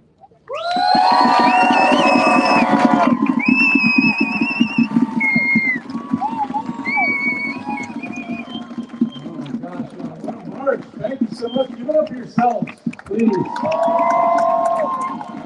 If you enjoyed this, it's going to help so many people. Everybody pushing this massive banner around the Alex Ontario and others built. And all these things, we had so many work parties, people painting these pictures of our animals friend, Bruce and Jax and Lily and Rose. And I just can't, I'm in a bit of a loss for words, but thank y'all so very much. I just want to make a couple announcements in a minute. Rocky is going to be helping people see where different people are going to eat in case anybody wants to go grab a bite, because in a little bit at 7 p.m., a lot of us will go to Proxy for an awesome dance party. So you've got plenty of time to go get some food. You can go have some fun and dance a bit. There's a couple of flavors of plant-based ice cream there outside. Last time I went, they had like mango sticky rice ice cream. That's not what it's about. It's animal rights, but I'm down for some ice cream. I'll say it. Wow. How many people? Was this your first event? Anybody? Wow. Oh my gosh, that's amazing. Well, thank you for coming to our first event in a day where we saw 5 individuals see their own liberation happen right before our eyes. Just amazing. Just amazing. Anybody who, would anyone like to say something that they saw or observed or share an experience very briefly? Anybody new especially? All right, that's fine. You can just dwell on it and think about it. What we're going to do in the meantime is just try to put all of our materials into a few piles here. No, see, her audio isn't working. Okay. So to our motorcycle protection team, thank you so much for keeping us safe. We can't do this if we can't walk in the streets. Thank you so much to the team with the yellow vest, keeping us safe as well. Ramin missed the whole march because he was like behind in case any of us needed help. So thank you for that sacrifice of your time, Ramin. And our friend Jonathan just literally babysat the U-Haul that's got materials in it. So his job was to just sit there for 3 hours so we could all do this. So big thanks to everybody who helps in any way. Yes, I'll let him Huge shout out to everybody who's at ALC. There's an awesome day tomorrow as well. Really amazing breakouts. If you're interested in open rescue, there's an open rescue workshop. You can attend in 3 parts as well as other great things. Oh yeah, somebody wants to say a few words? A song that everyone sang in 2019. I'm not sure which one it is. Everyone broke into a song. It was so beautiful and powerful. Wow, that's amazing. Does anyone remember it? I'm so sorry. I'm so sorry. I mean, I'm a terrible singer. But yeah, again, thank you so much. Let's just enjoy ourselves, enjoy our company. Maybe grab some food if we want to. Just hang out, pile our materials up, and then we'll go get some food, come back, have a fun dance party, and get started again tomorrow. And then just keep an eye on, Monday and Tuesday should be amazing too, as usual. And so just keep up with things. You know, it's an amazing conference. We never know what's going to happen. So we really appreciate all your patience, your understanding, your help, your love, and your time. So thank you so much. Have a good afternoon, everybody.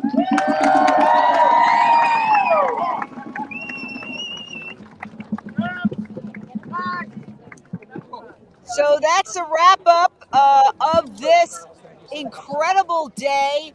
I am so impressed by everything that has happened. It's absolutely extraordinary. Really, the coordination, the message, the poetry, that young man who spoke so eloquently. Oh my gosh, it's so inspiring. And yes, this is mostly a youth movement. And thank God the next generation might see what people in older age groups are just not able to comprehend or feel, that these animals are entitled to their lives, that they are not mere products. And, this is really the message, is that they are sentient beings and that they are entitled to their lives. Let's see if we can hear from Michelle one more time. Michelle, give.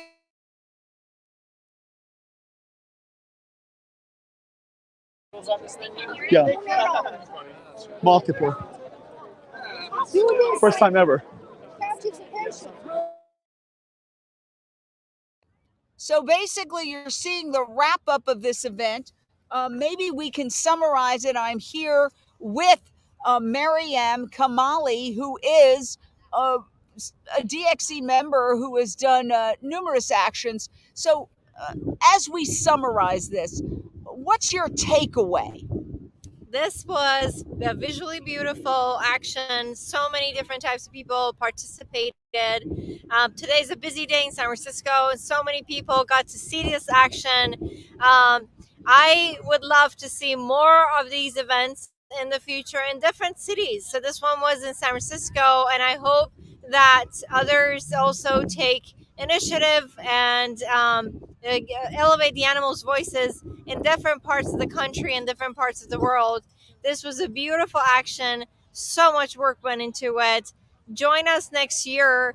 Participate in the planning it. You can also be a volunteer and be part of planning this beautiful action. You can send your ideas, and we hope to see you in person. Let's see. Hello. Jane, I'm going to pass this on to Michelle right now. Michelle, go ahead. Okay, Michelle, go ahead. Paul, we caught him right after this amazing rally. Paul, tell me how you're feeling. I'm feeling blessed and amazed and happy that 5 individuals now are going to live their life instead of being fed to reptiles as food. The right to rescue is all about rescuing animals from situations of distress and exploitation today. And now for the first time, we got to actually do that in an Animal Liberation March. What do you think about the crowd and the turnout today? It's just amazing. I just love seeing people who could do anything else with their time. There's so much to do in this life. Spend time with friends and family. But out of all that, on a beautiful day like this, people chose to come here and share their voices for animals. And what do you think about the movement in general, the bigger picture, the animal rights movement, the vegan movement? How is it different now? Yeah, I'm just absolutely inspired to see the way it's been going lately, to see people coming together in different areas and also working on their own in different areas. There's no one perfect solution or one thing we should be doing to make progress. So I'm always encouraged to see different groups doing different things. We learn from each other's successes and failures, and it's just something I'm really honored to be a part of. It was a huge task to put this amazing event together. How are you feeling about that? And tell me, what was your favorite part of the event? Well, my favorite part is when we were given to speak out outside of Petco, and then I saw people coming down the steps with 4 mice and 1 fish, and just knowing instantly what must have happened. That was a great feeling. I started to cry a little bit, but honestly, just seeing everybody show up and be in the park, practicing the drumming, like just to think like, hey, if we have an idea to do this march, we can do it. And because of people who showed up today, it's all possible. And it's just a good feeling knowing that if we, in this movement, if we have ideas and we put ourselves out there and put in work to make them happen, people will show up for each other and support each other. And I know all about being supported and so grateful for it and look forward to opportunities to support others. Okay, so tell me about this dance and this specially choreographed event. It was crazy. Awesome. Yeah, one thing I love about animal rights communities is that they're usually comprised of people from all different backgrounds with all sorts of passions and skills and life experiences. And we're blessed in our community to have some amazing dancers. And so, yeah, we, like I said before the march, it's such a serious, tragic, horrific thing that's happening in the world. And we can never lose sight of that. We have to know that at all times. But we also, in order to be effective, I think, need to find times to celebrate joy and be jubilant and have fun and celebrate the future that we're fighting to create. Because if we don't do that, I'm afraid we'll just burn out and get sort of stuck in that reality of what's happening. But I think what we need to do is find ways to realize it and figure out ways to attack it, and then have fun doing it, support each other doing it, and we'll be sustainable and have a great future if we can do that. What's incredible is this is a movement primarily motivated by the youth and female-led. What do you think about that? Oh, that's just like a reality for me every day. I'm really grateful to be part of Direct Action Everywhere, and it's just kind of awesome to look around and see the people who are changing the world from my perspective. And it includes like women like our lead organizer, Almira Tanner, members of our core organizing group, Kitty Jones, Susanna Soto, who formerly worked in the slaughterhouse, and now she's here today organizing this march, making amazing things happen. Cassie King, who is one of the most brilliant students I've ever known. And when she graduated, instead of a cap and gown, she wore a cap and a shirt that said Band Meet in Berkeley. She could be doing anything in the world right now with her education, and what she chooses to do is to dedicate her time to helping others, in particular animals. That's outstanding. So you know what it is? It's a shift, right? It's that awareness and that shift. How do you think we can reach people? What do you think is the key?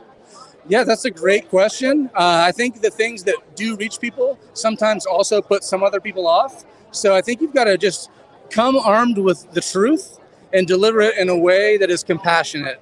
It's really tempting sometimes to shame people for what is going on. And if I was going to do that, I would shame myself. And I am a bit ashamed of things I've done in my past with animals. But I think it's important to remember that it's not the individual so much, even though individual change is amazing. But it's the problem is the system. And so I really want to help people say, hey, listen, that system is affecting us and animals and the environment in these terrible ways. And it's not your fault when you're caught up in it, but you can do something about it. You can make changes in your personal life, and you can connect with people in your own area and around the world and fight together to change. It's really all about compassion and getting to the heart of the matter and really reaching down there and opening your heart and your minds. Some last words. What's some points of inspiration today? I think love is the word that comes to mind. You don't need to have love to understand like the logic of this whole thing is just terrible and that animals deserve better. But I think a lot of us, not everybody, but a lot of us, we feel the love in our hearts. And if you let that be a guiding compass, if you listen to your heart every day and you wake up in the morning and you think of somebody who could be your friend, but she's living in a factory farm and a cage-free egg facility crammed in some dirty ground, and you ask yourself, what can I do today for somebody who I love, who's in that situation?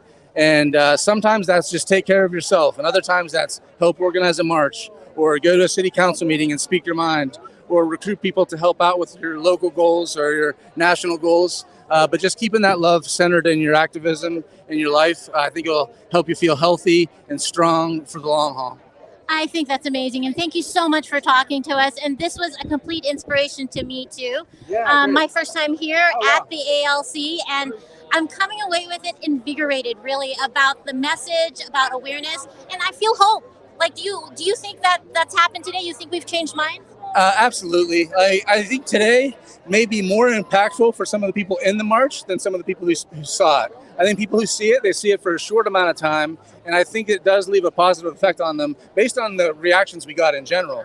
But for people who actually marched and got to see individuals go from property to person just by walking down some steps, I think that's going to change a lot of people who are here today and make them feel energized to do more. Really, I was vegan for many years and I never really made the connection. I'm a little embarrassed about that, but I think now the education, the awareness, and that shift has really happened. And thank you so much. Thank you. Thank you so much to Unchained TV. Your operation is amazing. You're on the ground everywhere where things are happening, and which is so crucial because we're not there yet to where the mainstream media is given anywhere near the amount of coverage needed. So it's outlets like yourself and some others who are making this possible. Like, what's the point if we can only reach a very small audience who are seeing this in person? We really need to amplify this message, and Unchained TV is so crucial in that fight. So y'all inspire me. Thank you. Can you say stream free Unchained TV? Stream free Unchained TV. It's free to download. Awesome, free to download. Just like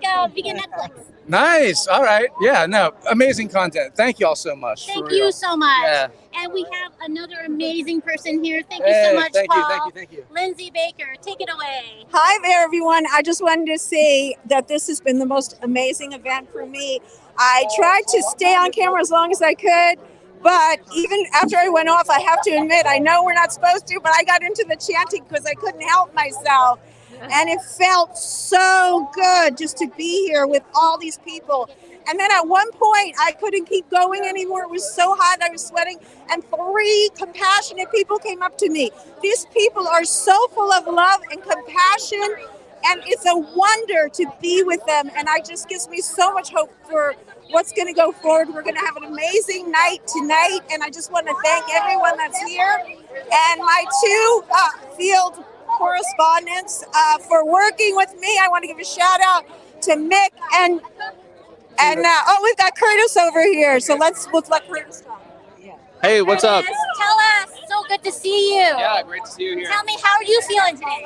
I'm feeling great. It's awesome to be surrounded by so many people that care, so many people that want to see change and are out here, walking the walk, literally.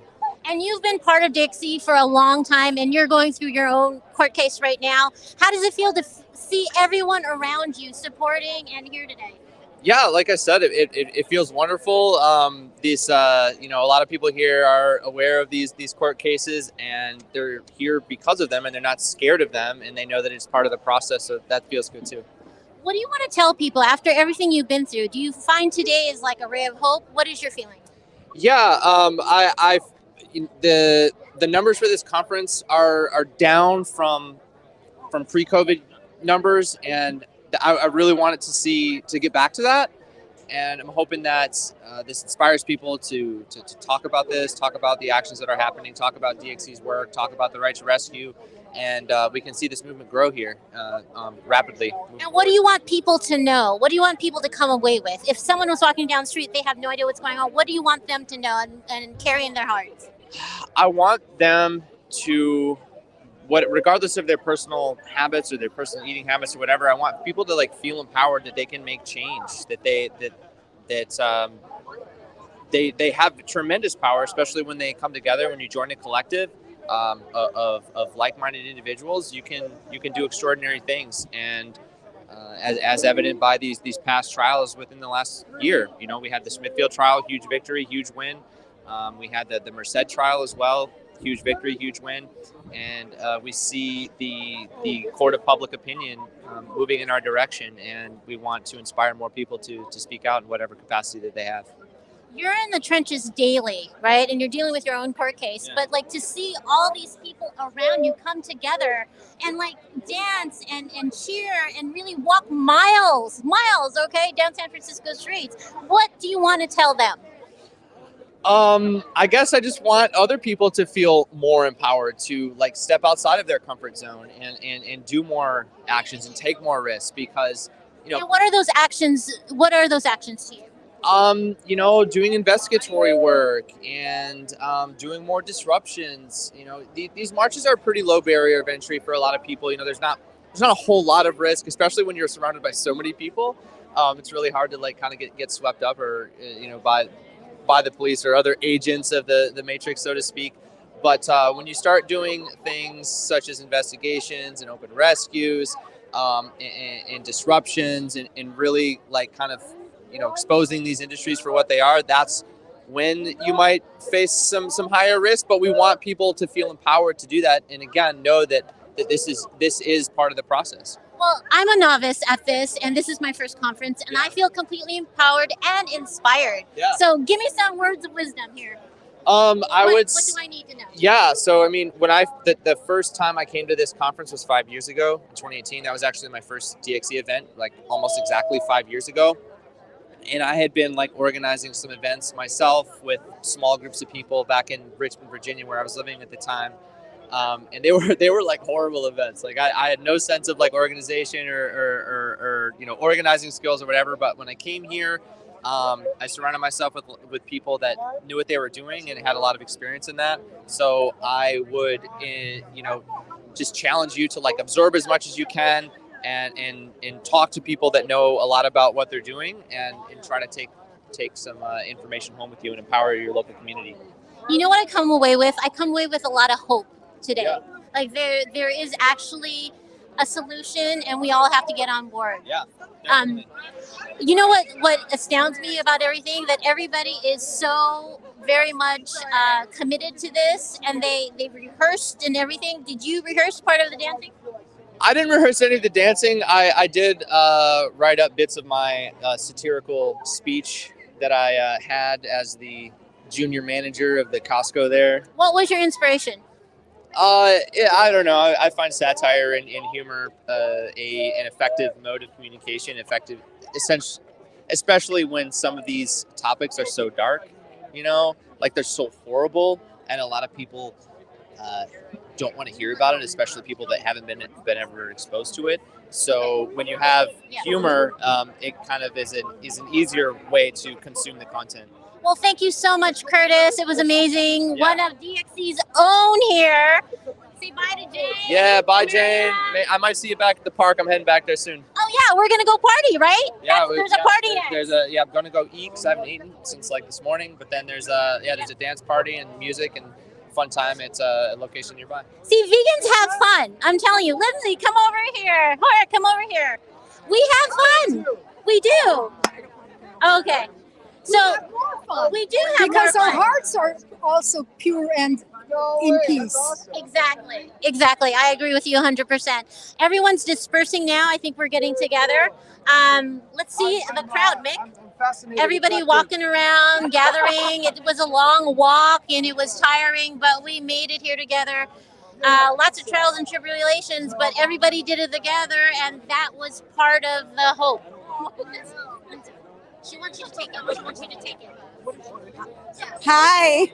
So we're just wrapping up here, and this has been an amazing event. Like they said, we had some challenges, but we all helped each other for the most part and got through it. And I'm looking forward to the party, and I'm looking forward to getting a chance now to talk to all these people here and learn more. I actually went on to on the website and read a bunch of stuff that I didn't know. So there's always more to learn. And this is such an inspiring event. And tomorrow is going to be another full day. So that's it for now. Yeah. And Jane, I've pretty much lost my voice. So I think everybody else said what needed to be said. I will just say it's been an honor to be one of your roaming reporters. Thank you for having me and my sister today with you. Am I still on? You all did an incredible job. I want to thank you all for your incredible work. It was very difficult being out there. They have a heavy equipment. They march for hours. And it's just amazing. And I think we're just going to go to some final thoughts here as we wrap up. And let's hear your final thought, Maryam Kamali, who is an amazing activist.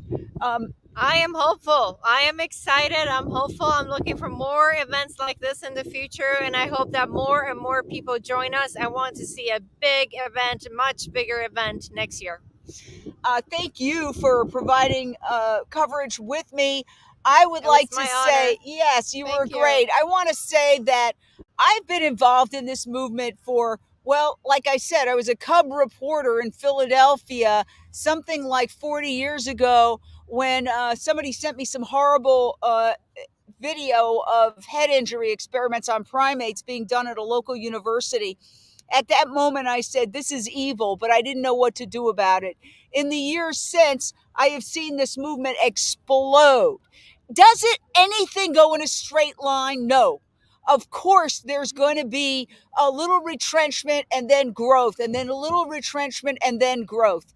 The mainstream media is not only not covering, okay, but they are actively doing hit pieces on plant-based meats like Beyond Meat Burger and Impossible Foods, decrying them as processed, when processed meat is officially cancer-causing, according to the World Health Organization, and they don't mention that.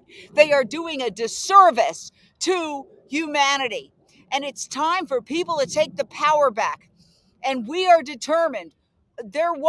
I did not see any mainstream news media of this extraordinary event, just like I didn't see it when I was here in 2018 and 2017. Shame on the news media.